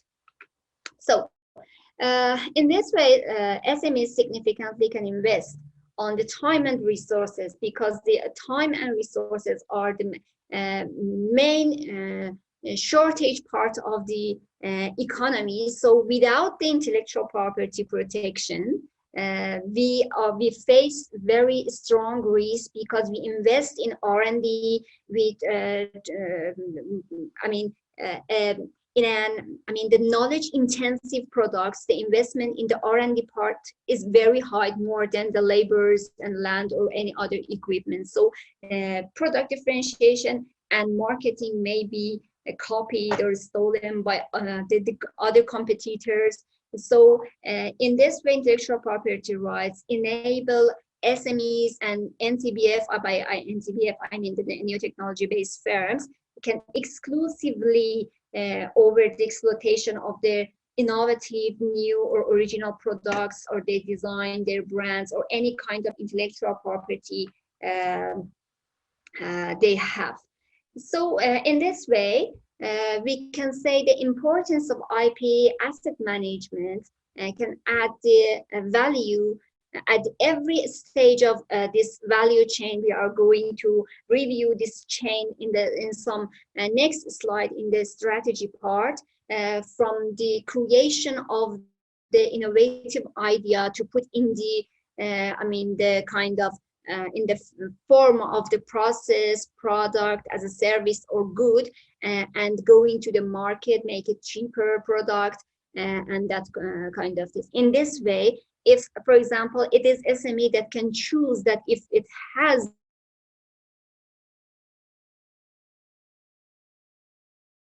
the intellectual property strategy or not, to ignore the IP system, and SME cannot enter to the market. They can enter, but maybe it has very costly in the next stages. So the IP protection prevents in this way competitors from free riding and using our R&D, because in this way they exclude this R&D of the enterprises and firms. So in this way, effective utilization of our IP asset can ensure the quality in respect of the product and services, and can create and retain the customers for for more time. Effective IP asset management can result in more revenue, more efficiency, and the enterprise development during the time of its existence. So in this way, the effective IP asset management help to effectively increasing in the generation of incentive activities through encouraging the creators, the employees, including some researchers at universities, or maybe our employees in the SMEs and NTBF, and so they can invest in their R&D, and some policies for generating, protecting, commercialization, and management of the all portfolio of the IP of the the SMEs or university. So in this slide, we can see the four main pillars of the IP management: creation, evaluation, protection, and exploitation. At universities, researchers are free to decide which kind of research they would like to pursue. So creating commercial opportunities in this environment usually means implementing activities that provide high quality and well qualified invention disclosures. So let us start with the awareness creation. That is very, very important and fundamental part of the fundamental part in society, including universities, SMEs, or big industry. It is essential that researchers be aware of the importance of the technology commercialization, they must also recognize that they can initiate and support the commercialization process for the technology they have created. Another component is teaching and training. Researchers and administrative staffs, especially, for example, now in Science and Technology Park, they provide some kind of services to inventors and technologies. They should be enabled to support commercialization in a meaningful way. Faculties at the university have to focus on research and teaching. In order to do so, they need IPR support from the university administration for setting up their collaboration contract with third parties and funding agencies. This contract maybe need to include suitable IP rules and articles that facilitate subsequent commercialization and collaboration. The very important, one of very important part of the IP management is technology scouting. It is very mostly mostly done by universities, but also by the SMEs, and with very high commitment to the innovation. At these universities, for example, TTO staff actively search for technologies with commercial potential. However, there may also be ad hoc external triggers as technology brokers and companies implementing open innovation approach universities for solution or commercial relevant problems. Some universities offer micro or seed funding for technology refinement to increase the probability and potential of this technology being commercialized. So if the commercialization succeeds, inventors at universities are usually rewarded financially by receiving a share in the revenue, not essentially in the ownership of the intellectual property rights. Some universities have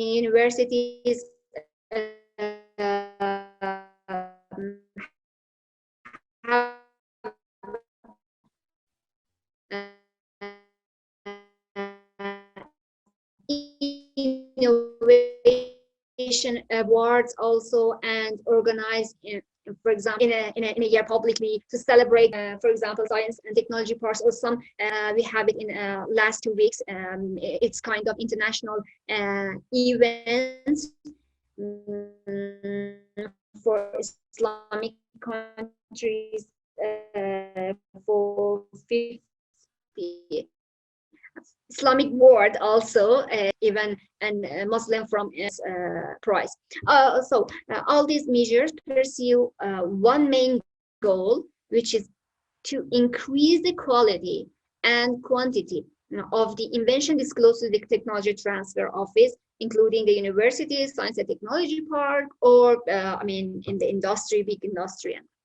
In the next step, the evaluation. It must be ensured that only the most promising projects are approved for IP protection. As the resources are limited, we all know, it is essential that to concentrate on selected cases, not all the cases, and on the kind and level of the IP protection that is required for commercialization. Protection ensure that the integrity of IP is secured and prepares the ground for exploitation stages on and on. Businesses usually focus on supporting their business strategy with the IP protect, for example, the protect the products and services that they sell. Increasingly, the licensing of IP is becoming a part of their overall business strategy. Not they use just in-house. They maximize their profit by licensing out their technologies based on the ground of the open innovation theory. For universities, IPR are also emerging as a business development tool, which can be used to initiate additional collaborative research projects with licenses in order to maximize the value creation for all parties involved at university. Underused IPRs are licensed to third parties and or may also establish the basis for spinning off the companies, and like an alternative option for exploitation is to assign or sell the technology to a third party. Implementation of the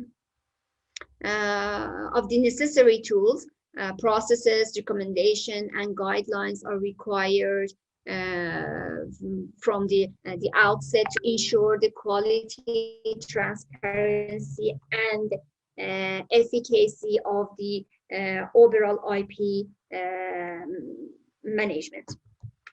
So we stay on this slide more. Okay, so what does IP management involve for academic researchers? The first thing to consider that are the tools and processor. Careful and accurate documentation of creative development is essential, and there are numbers of good practices, procedures for researchers that can be put in place to help processes. So support can be obtained from the technology transfer office or TTO or TLO, IP office, or that sort of things on campus at universities or in Science Park. They will be happy to advise the researchers and to assist us as researchers with implementing good practices in the workplace. They might also be able to provide us with useful documentation in templates. And last but not least, we should find out about the university IP policy. The most important part, if we are involved in the creation of IP, so we need to be familiar with the main rules and guidelines and recommendation of the university or the any kind of institute we are working for. We should be familiar with the university IP policy, as it covers a number of important aspects, such as policy, usually including using a reliable method to record innovative concepts and results, like a kind of disclosure form.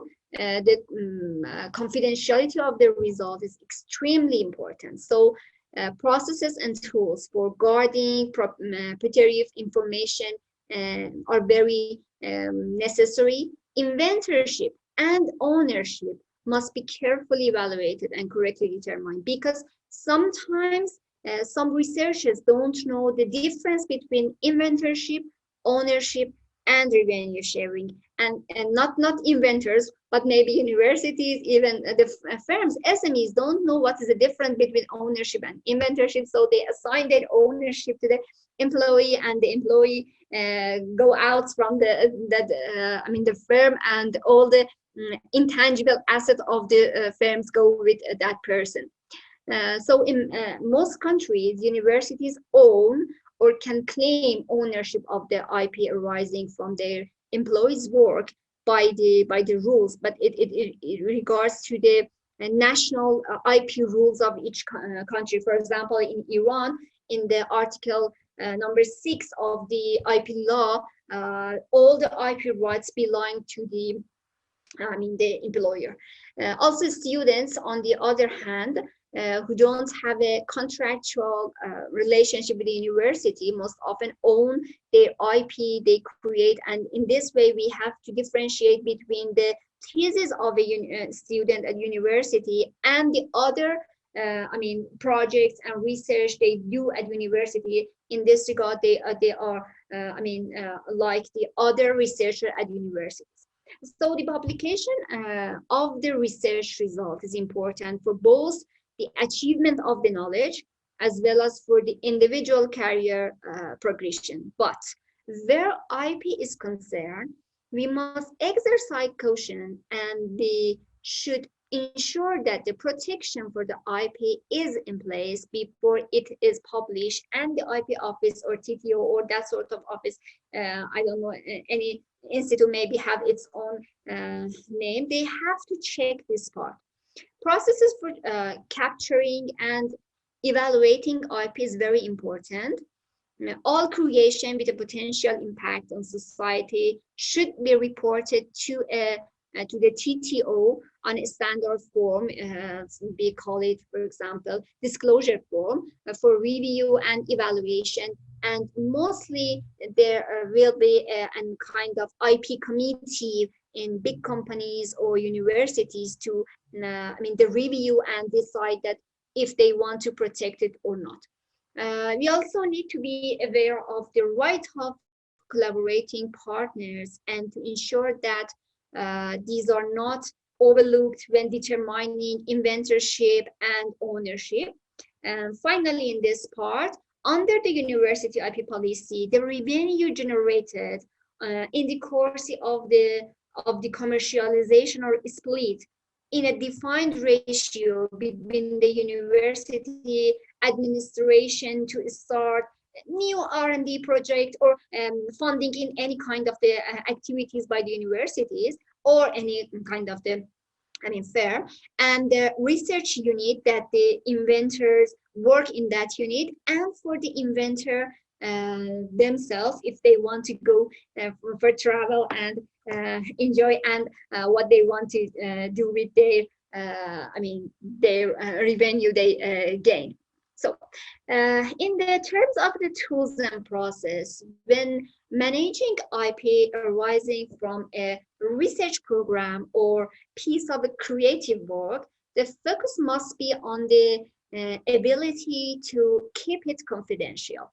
The method of capturing it, the process of reporting it for evaluation, and the form of the protection it requires. If we need to disclose the work to third parties, other people not involved in the work, the first thing that to do is to decide whether we need to keep it confidential.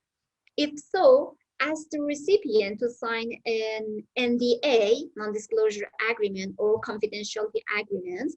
This is simply a good practice, a procedure for exchanging information in a very, the professional capacity. After this, we should also keep a notebook, work journal, I don't know, design a mock-up, storyboard, or any kind of this to record the work we do on a daily basis. IP created at the university should be reported or disclosed in accordance with the IP policy so that it can be reviewed for commercial potential and protection, where appropriate to protect it. The invention disclosure form used for this contains a standard set of questions to assist the process. Maybe there are an IP expert or IP committee. I don't know. It depends on the university. It depends on the, the size of the science and technology part or the size of the firm and industry. How big is it? And not every creation will result in invention, as we know. And so the appropriate form of protection depends on the specific nature of the innovation. I can say in the other words that whether it is a patent, design right, database right, copyright, and so on, the technology transfer expert will provide advice on the form of the protection required and how to manage this process. Together with the legal department, they will also advise on what provisions should be in the contract if the research is done in the collaboration with the external partners. By the legal department, maybe some universities or maybe in the science park or industry, TTOs or IP office have its own IP legal expert, because it is somehow different from the tangible asset management legal issues with intangible assets. The notebook is an important source of key result and raw data, which can be used as a starting point to draft a patent application. In this part, my dear friend, Dr. Khanlar Khani, not tomorrow, the day after, will elaborate very well, I know, but I just want to mention it, but I know that he is going to mention it very well. And where the group of people are working together on a project, notebook entries are a valuable resource on deciding which of them are inventor and to what extent are, for example, they have the ownership of the that intellectual property. When products are submitted for regulatory approval, entries can be used to verify that the experimental protocol data collection methods were performed in accordance with the regulatory requirements of the institute. Funding program may include a contractual obligation that the research is recorded in accordance with standard, notebook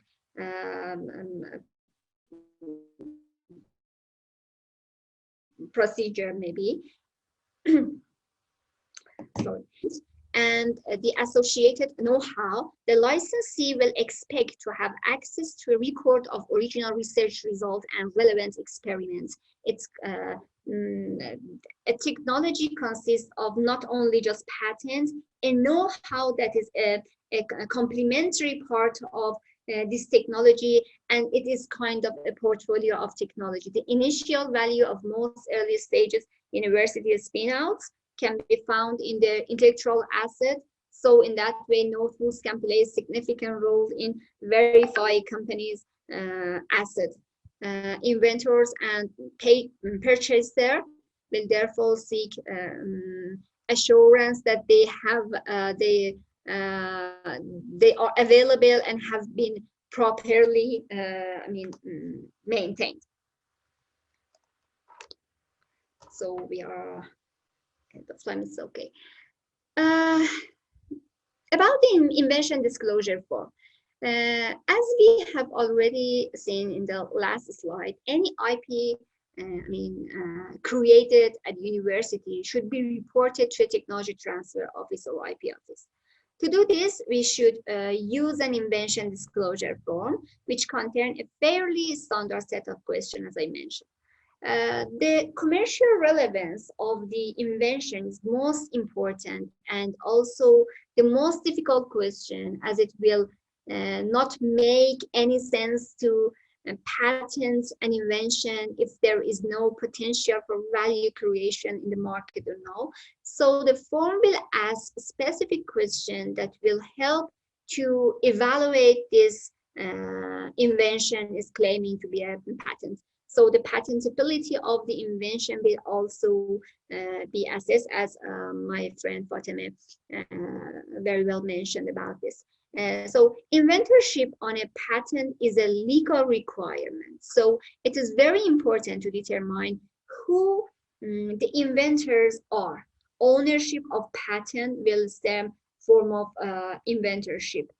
In most European countries, employees who create invention during the course of their work assign any patents and any kind of IP to their employers. So parties involved in transnational collaborative project needs to know if the laws are different for any of the partner countries. So if we have an overseas collaboration, we have to ensure that if the law and regulation of each country are compatible to each other, or they have to determine that in the time of the conflict, which countries rules and regulation are the basis to determine that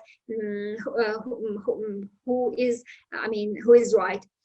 So any assistance information, softwares, or materials provided by third parties need to be fully declared, as these may have some bearing on the inventorship of the claim invention and ultimately the ownership of the patent. The invention disclosure form in this way capture information about the invention itself, including the inventive step, novelty, and it can be that can help the attorney who is going to evaluate, to search, and to draft the patent, the patentability of the patent that Fatima very well mentioned about that part. If you think there may be some potential value creation in your research finding, it is good idea and sometimes even a legal requirement to talk the technology transfer office before you submit the paper to a journal or make any other commitment to publish. So before any kind of publication, we have to check from the TTO, and in the science and technology parts, TTOs should check this part, especially at universities. It is very important for universities because industry most of the time are unlikely to, for example, very hurry up to publish, but they are the commercial production is very important for them, but at universities vice versa. In this way, if we have already prepared a draft paper, it can be reviewed by TTO and assessed for any content that may be relevant to propose patent application. So the office can suggest edit to that paper that may avoid public disclosure of the invention and does still allow a patent application to be filed.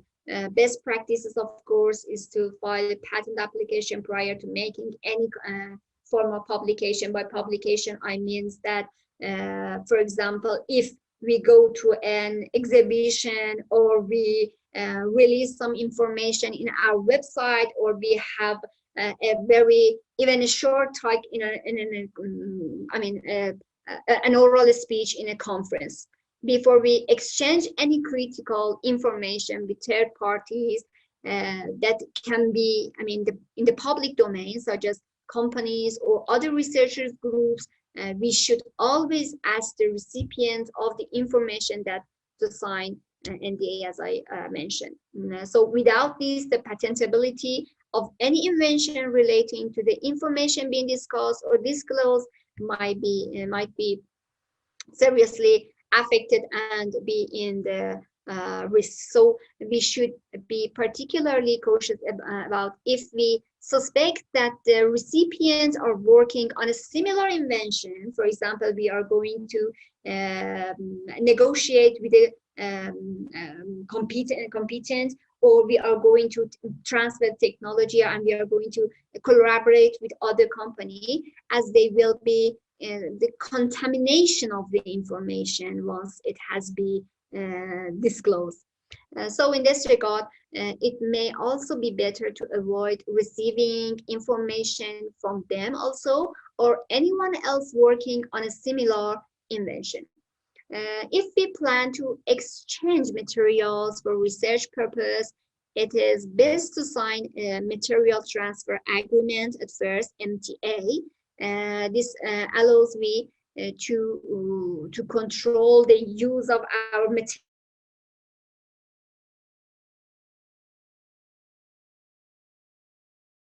Okay. Again, the technology transfer office and the sorry, do you have my voice? I think I'm disconnected. No, we have your voice.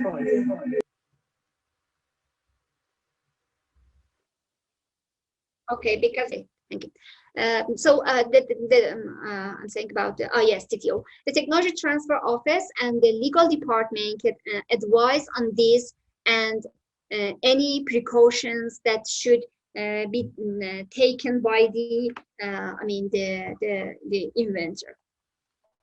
So in the collaboration, before any collaborative project begin, even inside a university, inside the company, or between universities and industries, or between different countries, the parties should agree on the important items they wish to control in their work and in the output form of the work. These items should then be set out in a collaborative agreement, which should include term of the management of IP and the rules and regulation that we are going to judge. The jurisdiction system of the country, if we are from different jurisdiction system. The first point to agree is how the project IP will be defined.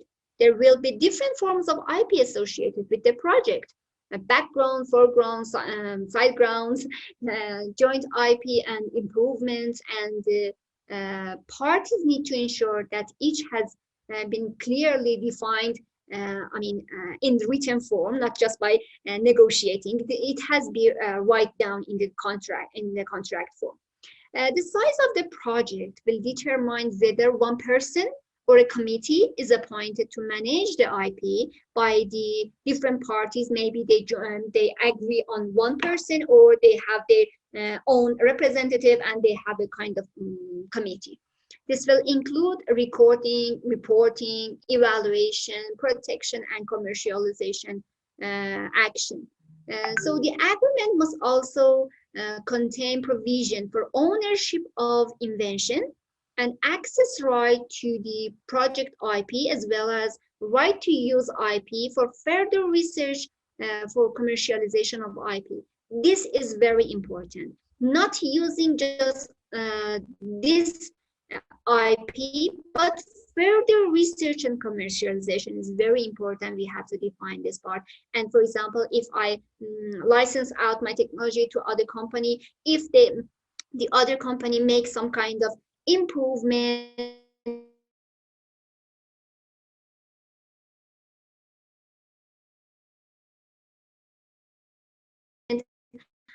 or if to license back after the project, or other company or other country or not. After the project has been completed, parties may make improvements to the project IP, so they need to decide if access to right will extend to this improvement, and if so, under what terms they have access, and what are the costs, what to share this cost and risk. So once the protocol for reviewing and submitting publication needing to be agreed on in order to avoid conflict with the commercial interest. When there are two different universities are collaborating to each other, this part is not very controversial. But when we have collaboration between university and industry, this part is very difficult part, because university wants to publish and industry wants to make it commercial. In the second part, we are going to talk about, in this section, we are going to look at the IP strategy. The main strategy is relating to the development and protection of the IP. We will then examine how companies use IP strategies to commercialize IP based on their own specific business models. So in this section, we have universities and businesses, and we look at them in different perspectives. Somebody have question? Mohammed Sohail raised hand. Mohammed Sohail, you want to ask question right now, or you can ask at the end of the presentation?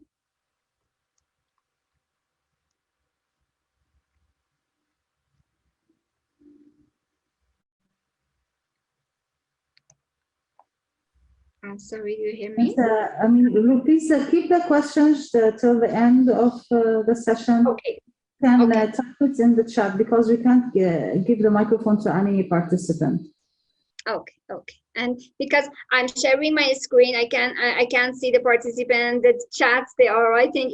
If there is any important message from the participant, just please inform me.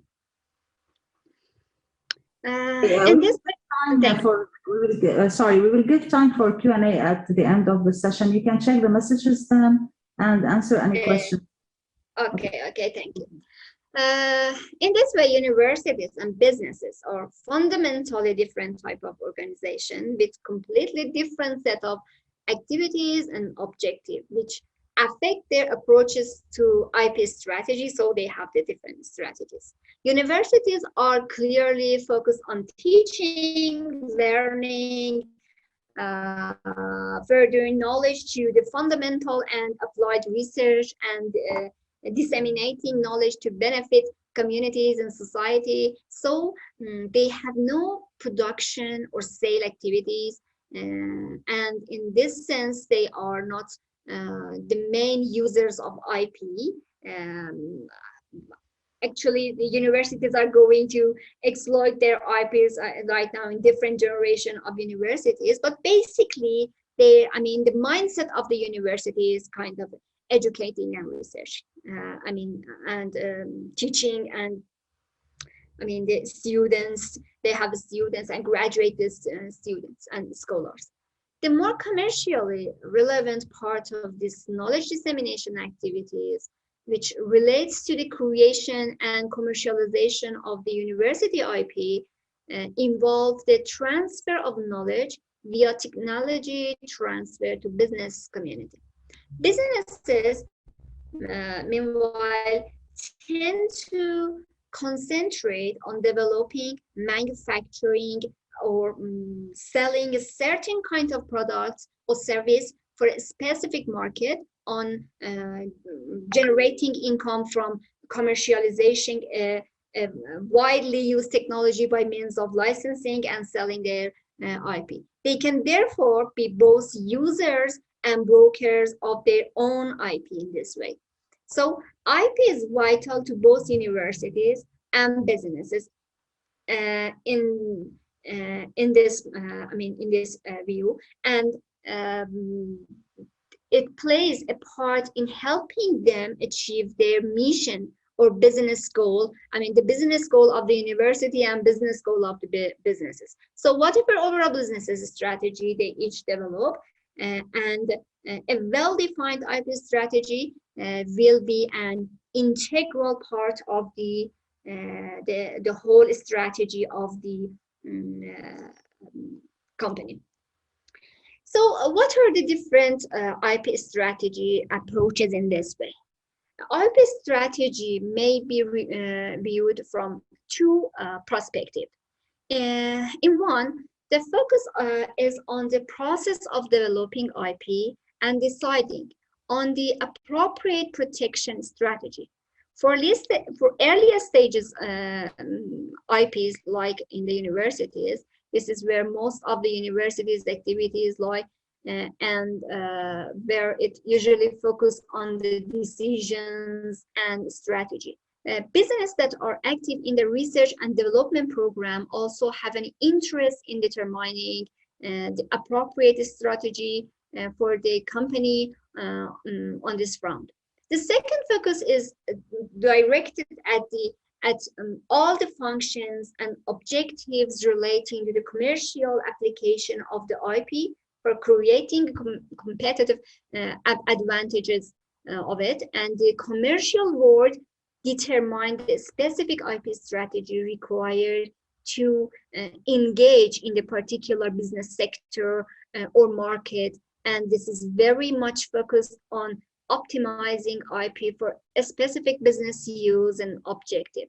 This aspects of IP strategy will be remit of university spin-outs and new technology startups, I mean NCBF, as well as business, different businesses already competing in the marketplace. Universities usually do have a commercial strategy for out licensing and divesting themselves of their IP, but it is different to that of business that they don't directly engage in the development, manufacturing, or selling of the product and services. So in this way, we have different strategic objectives and so tactics thereof. When developing and protecting IP, there are numbers of strategies we should consider about that. Firstly, we should decide whether we wish to monopolize or allow free access to our technology. There are three options here. One is to publish and make the technology available to everyone. This prevents anyone from having a monopoly. Wider application of technology stimulate further innovation and hopefully further improvements to it for the benefit of everyone. And the second objective is to protect the technology with patents and the other forms of the IP. This might create a monopoly for the owner, as a patent grants the right to exclude others from using the protected technology, as Fatima mentioned in the previous session. The third is to maintain the technology as a trade secret, as a trade how-now, either because a strong patent may not be granted for this technology, or because you don't want to working of invention to be publicly disclosed for the other to copy. Universities may have a strategy to maintain a patent application for a limited period only. If they cannot find the license, they may abandon the application to avoid further cost, because patent application just cost and cost, and if we cannot exploit from it, we don't have any benefit from it. They must also have a strategy regarding they want to protect the invention in geographical term. Which countries they choose will depend on the commercial relevance of the technology. Maybe I choose just one country or two countries or many countries. So patent owners should consider how to enhance the status of the initial invention by making it a more commercially attractive opportunity.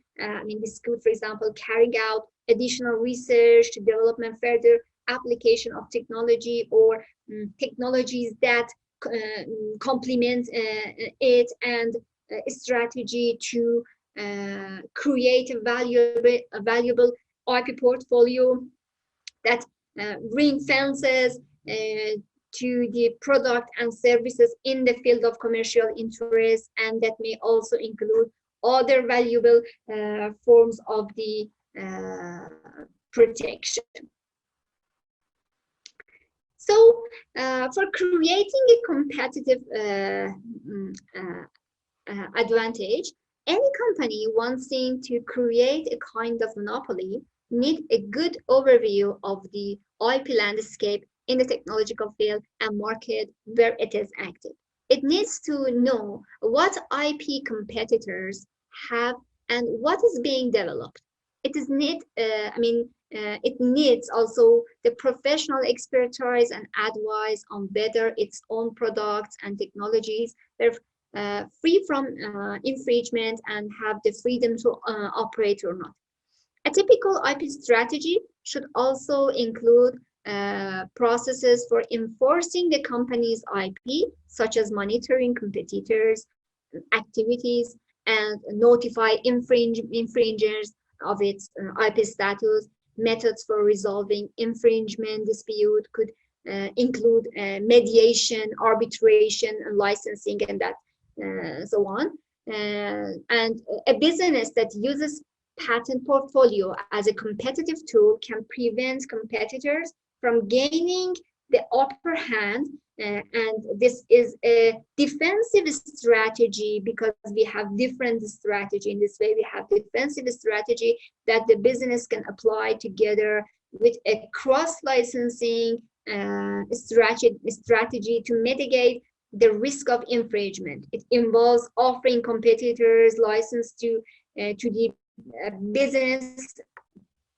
businesses own patents and return for licenses to the competitors' patents. In terms of securing finance, many universities, spin-outs, and new technology startups and new technology-based firms focus on the building an attractive patent portfolio as a pool of valuable asset that can be offered as collateral against investment. It is very important part. Revenue earning activities may include a strategy for monetizing a business's IP. This may involve a number of options, including out-licensing, outright sale, co-development of IP, or perhaps the creation of new business entity or spin-out to capture the value of this IP. To maintain its competitive advantage, a company may also need to build its IP portfolio in areas where it has gaps. An open innovation strategy that involves collaborating with other companies and public research organizations that undertake research it cannot complete in-house, can provide to access to new technologies by IP by means of acquisition, merging, licensing. In this way, we can decrease the cost of the R&D and the time of the releasing our product to the market.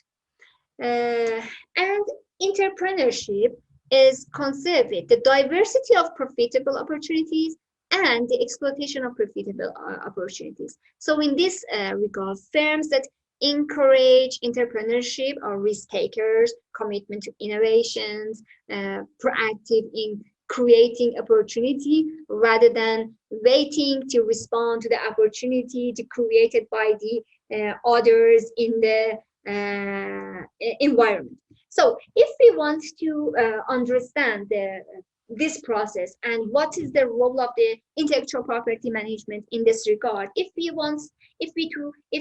see the life cycle of a company from an idea and concept generation to releasing in the market, going to the market, that in different stages, from the idea that it becomes bigger, and when we have the proof of the concept, maybe need kind of seed money to make the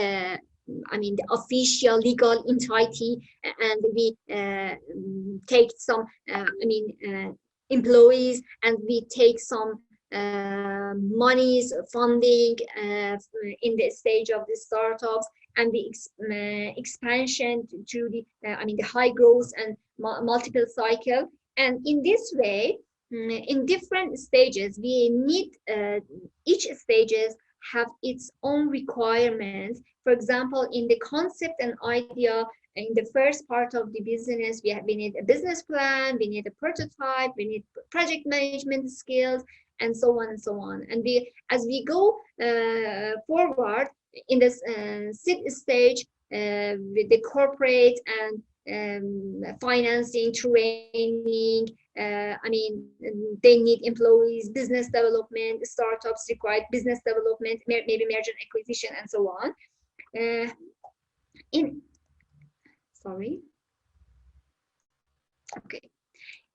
To understand to this value chain of the business and industry, we have to understand how profit are generated on different stages of this process of the business, from idea to the market, in the primary product, spare part of the and related products, services, and maintenance. So what are the important features of IP? How does it add value to the business in different sections? What are the important features of industry other than IP to our business? It is important to tangible and intangible assets in the value chain, competitive structure of the whole industry, customer characteristic, and purchasing criteria, and suitable products or services. So we have to recognize this IP environment. If we are this black circle in the middle of the slide, it is our, for example, business. We have to define that who are our customers, who are our suppliers, who are the other competitors, and who are the established leaders in the market, and what are the disruptive technology are going in the next years, and what are the complementaries, and what are the converging technologies. So in this way, we have to determine our strategy of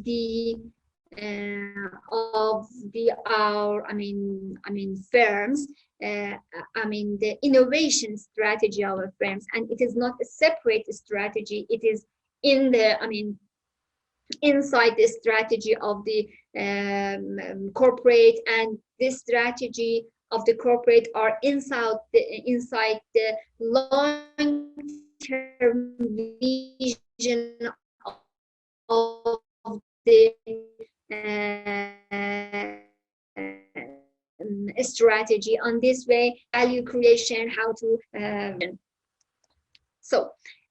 in this process, from the concept to the market, in each part we need to utilize different kind of the IP. In early stages, maybe we need invention, or maybe literary and artistic works, and as we go to the market and we are going, maybe we need other kind of IP management, like brand protection, licensing in and out, contract, and different kind of the IP protection. So if I want to sum up this part, the IP strategy should be integral part of the overall business strategy of the enterprise. So ignoring the IP system altogether, as I mentioned, is itself an IP strategy. So which may eventually prove to be very, very costly and fatal to our firm. For the last part, I want to mention on the commercialization of IP. In the previous section, we spoke about the strategies for enhancing and creating value in IP portfolios. In this section, we looked at the different ways that universities and companies leverage their IP to create commercial opportunities. There are many ways to extract IP from an IP portfolio. Technology transfer is the means by which university ensure that their IP is used to the benefit of the business community, to which it is transferred for a wide variety of commercial application.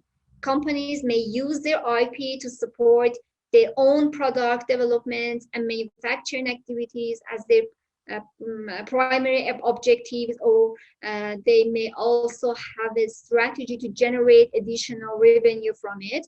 Both of these possibilities will be examined. Also, creating value in IP for the purposes of investment is an important objective of university spin-outs and new technology startups, and start-outs.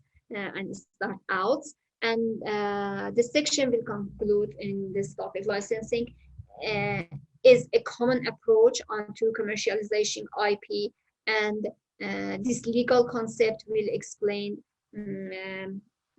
in this section and the benefit that associating with the licensing, because we know that in this big world we cannot go and product in every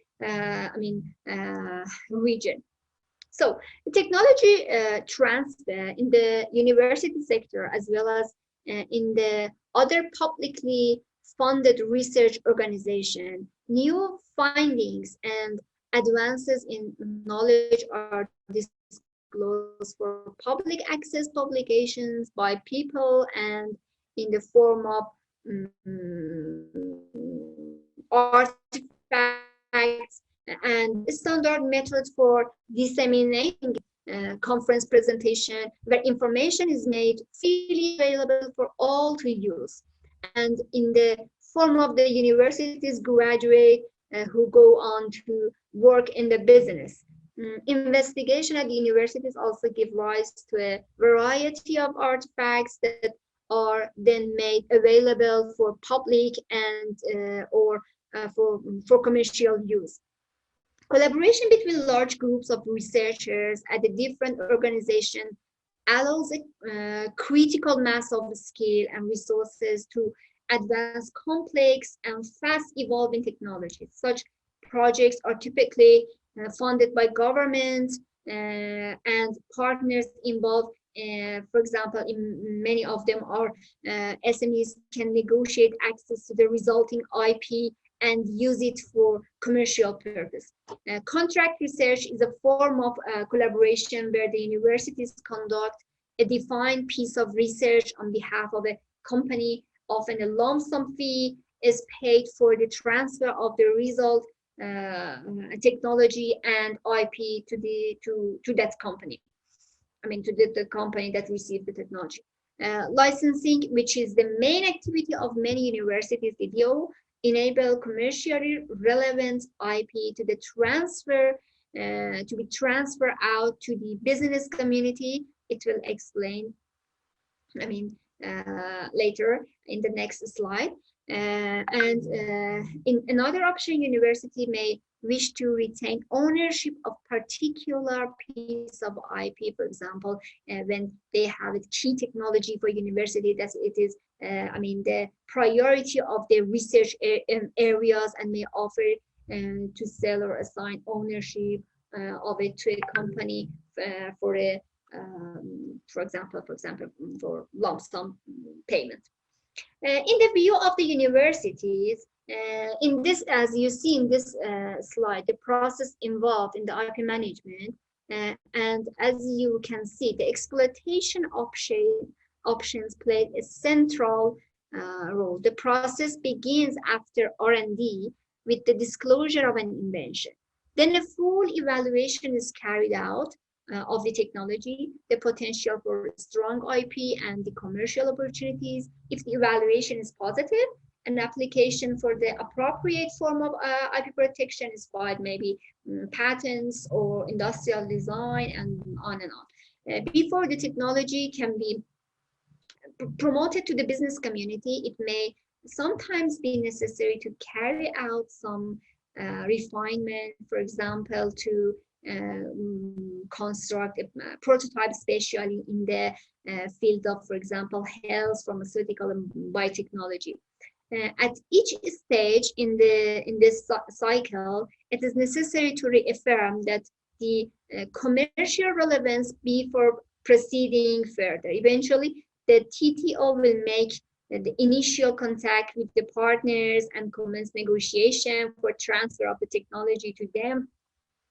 And the license may be granted to a company for a specific application of the technology relevant to that sectors in which the company operates, and for the other companies in the other sectors, maybe, for example, technology have dual use. Sometimes a company may be interested in acquiring the ownership of a specific patent, and if the deal is good and there is no reason to retain ownership, the TTO may sell the IPR right even. So about the evaluating of that IP, any evaluation of IP must focus on legal status, technology, and market condition. Evaluation of legal status include questions about patent status, ownership, enforcement means, and so on. Evaluation of technology should include questions on its uniqueness, stability, and reproducibility, if it is superior to substitute technology, as we mentioned in the IP environment, and how easy it is to identify infringing other products. And we can say the most crucial but not most difficult part of the evaluation is gaining a proper understanding of the market fit and dynamics.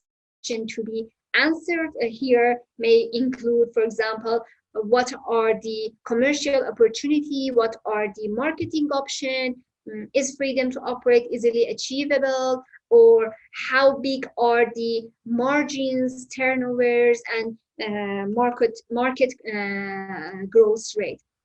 So based on the often preferred cost delaying strategy for obtaining patent protection via the international routes, we can draft the typical time scale for prosecution of a patent application, during which the three main evaluation milestones occur.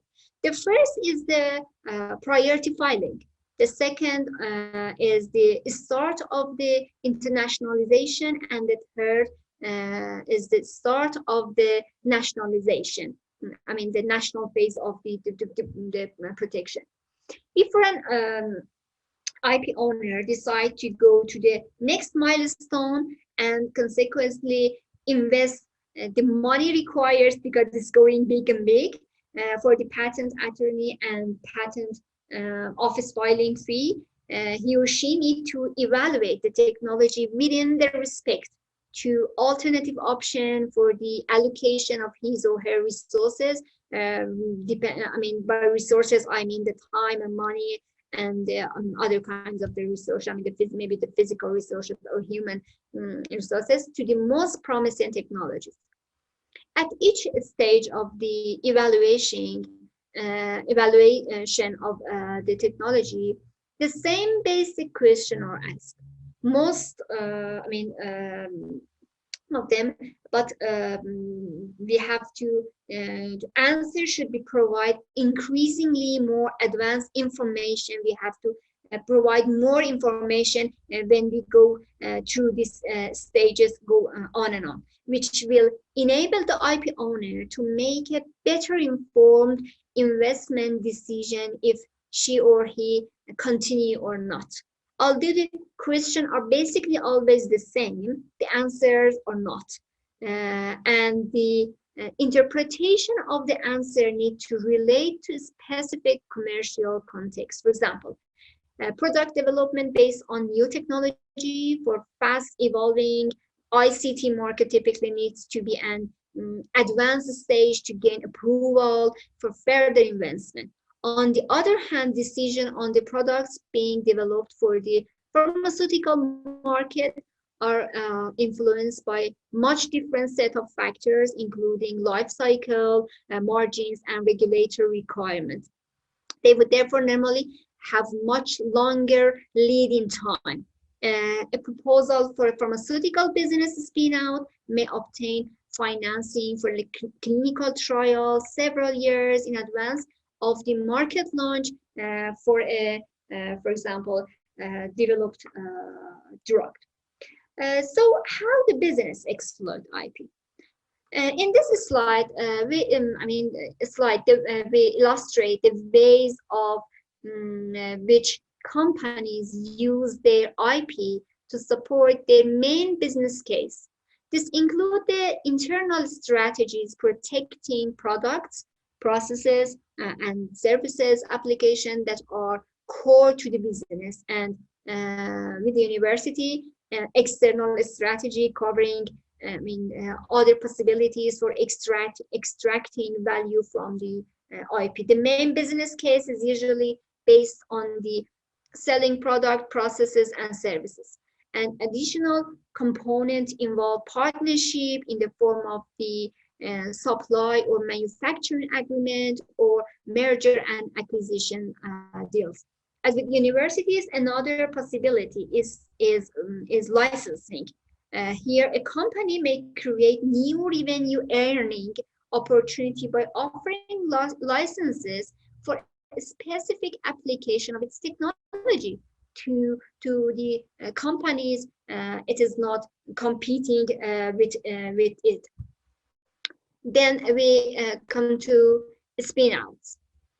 When companies are unable to exploit a unique product or technology because it is not aligned with their core business, they often spin off that sector of the business by forming a new spin-out company to exploit the new opportunity. Next, the company may have redundant IP it has acquired through mergers or because it has changed its business focus and no longer requires certain patents. It offers this IP for sale or auction or assign ownership to the purchaser. And last but not least, there is investment.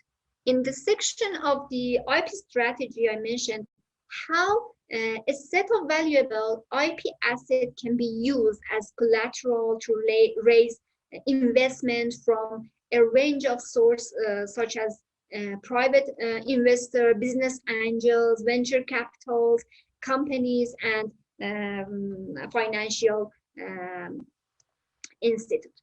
In the previous part, I said that we learned that intellectual property rights are legal rights that can be used to prevent others from using our invention. Patent owners can control the right to use the IP by means of license agreements containing an agreed set of terms and conditions. Certain conditions must be met for a license to constitute a legal agreement. There must be a mutual exchange of a bargain, a consideration such as money, a license fee or royalty, exchange for something of value, for example, IP or other valuable asset, and a set of terms and conditions that make clear the intention of parties in their exclusions of the bargain. So what is the benefit of licensing in this case for licensor and licensee? The benefit of licensing for licensor include the opportunity to create a new source of revenue by leveraging IP and to gain access to new territories and markets. For example, I produce some products in Iran. By licensing to the company in China, I can have the market of the China that is very difficult for me to access to it because of many challenges. And for example, the easiest one is the language barriers. Also, by offering license to leading firms in the sector, licensor can influence uptake and acceptance in the market as the preferred technology. They can use licensing to increase production capacity and create sources of supply through partnership with their licensees. This reduces the risk of single manufacturer not being able to respond to the demand of the market. For the licensee, the benefit of licensing include gaining access to new technologies, turnkey products and processes, and new market without undertaking the risk of investing time, money, and resources in developing the R&D, the new technology in-house of the own. The licensee's business gain a competitive advantage in the marketplace by introducing new product offering, which can define using the IPRs it now has at its disposal. The licensed IPRs, I mean the intellectual property rights, are effectively a new asset for business, which will increase the value of the company on the balance sheet and which can leverage in the financial deal. So IP and spin-off, what is the benefit for them? The decision to set up a spin-off rely on a combination of four main conditions. Firstly, that the technology has been demonstrated to work successfully for the intended commercial application. Secondly, the commercial potential has been researched and market opportunity has been confirmed. Thirdly, the technology has been secured with a strong and broadly protected IP position. And fourthly, that the management team has a good of and expertise.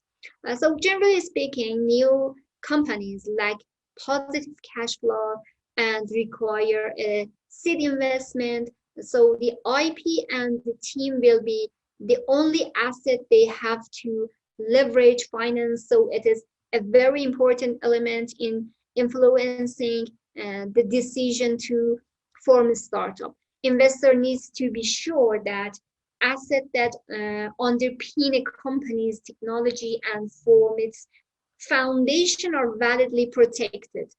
So it is this IP asset in the combination with the team, because the team is very, very important, that ultimately secure a kind of monopoly for the company's future earning and diminish the risk to the to the investors, any kind of investor, for example, bank or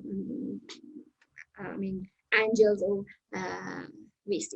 So if I want to conclude and make a summary of my presentation and some to mention to some observation, I should mention that most SMEs don't have a deliberate strategy for the creation, protection, commercialization, and totally the management and enforcement of IP rights. Not SMEs, also big industries, universities, also especially in the developing countries. It is a very, very important point that they have to have attention for this part. The general feeling is that IP protection and enforcement of it is very expensive, because we have a short-term vision in our companies and universities and countries. In the long term, okay, I was disconnected. I changed my, internet operator, sorry, excuse me. Working with Zoom in Iran is very, very difficult procedure. So, okay, I'm in my last two slides. Okay, do you have my voice good? It's excellent. Okay, and I was talking about the policy environment in which the SMEs operate. Maybe they don't promote the intellectual property as a tool for sustainable competitive advantage of the market and the company.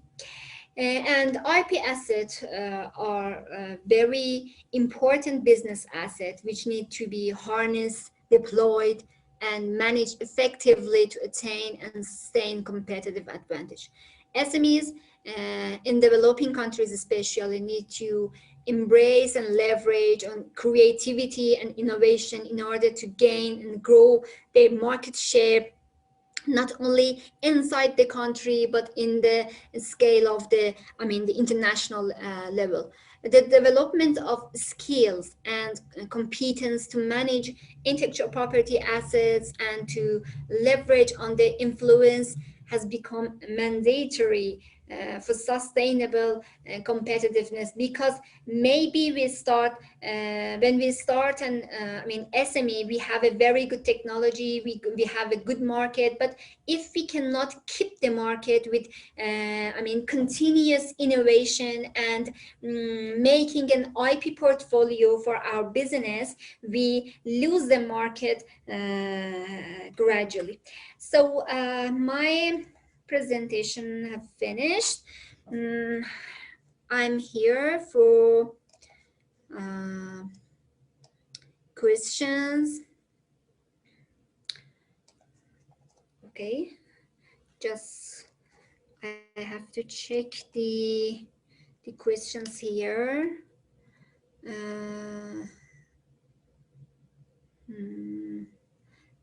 Sorry, is there any question?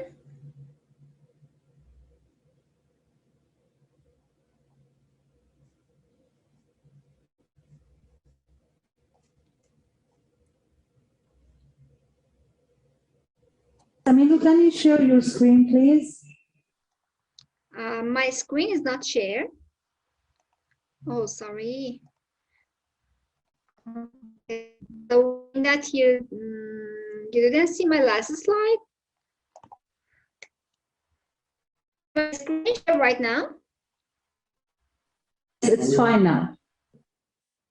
Okay, sorry, I forgot to share it because I disconnected. I forgot to share it again. Sorry. And here is my information, my email, my cell phone that I am available on my WhatsApp, and my LinkedIn page and my Instagram page. That I'm very active in my Instagram page. And thank you from Comstech and Gilon Science and Technology Park and from Fazino and Carphone. If there is any question, I'm at your service to. Okay, just let me. Sorry.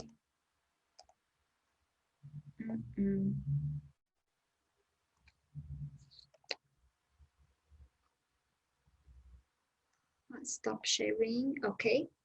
Okay, I'm here for, just let me to, okay.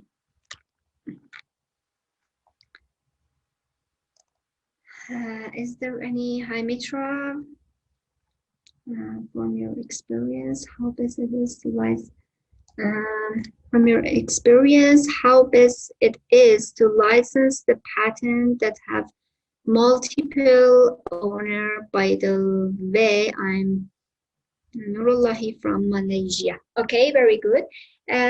You know, when you are, I would like to make an example from tangible asset. For example, if you are going to buy a house or apartment that have one single owner, or there are some sisters and brothers that are owning one house. Okay, which house do you prefer to buy? Okay, you prefer to buy a house that have one owner. Okay, in the world scale, I mean the firms and the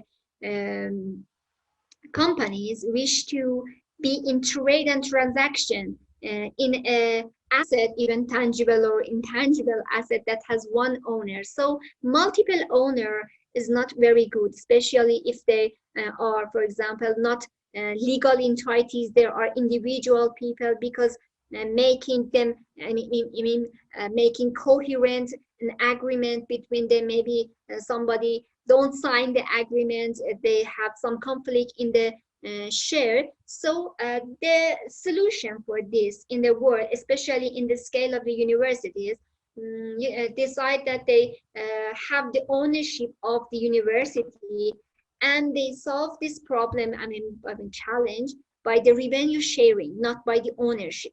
Okay, is it enough, Mr. Nur Hayati? Sorry, I read this. Okay, other question? Thank you, thank you.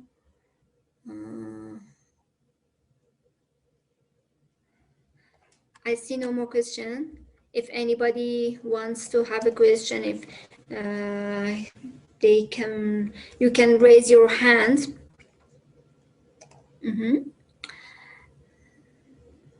How important is IP for a small business owner? It is very important, because if you want to talk about the very big companies, because very big companies have their reputation and have tangible asset, many lands and many, the human resources, but the main assets of an SME is intellectual property.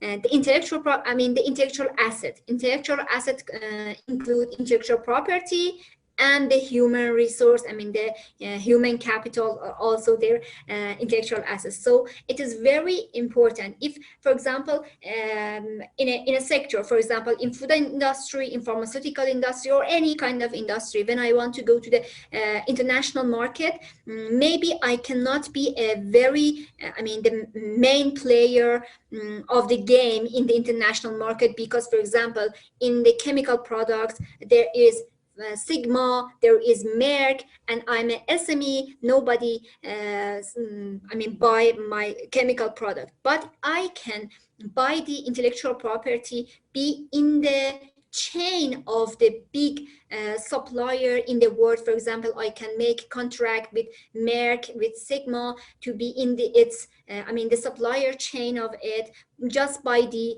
intellectual property. And if I don't protect my intellectual property, so in that way I cannot make transaction. So thank you, presentation. Thank you. Thank you. Is there any other question? No? Question 1, 2, 3, finish? I think I hope that it will be informative for you.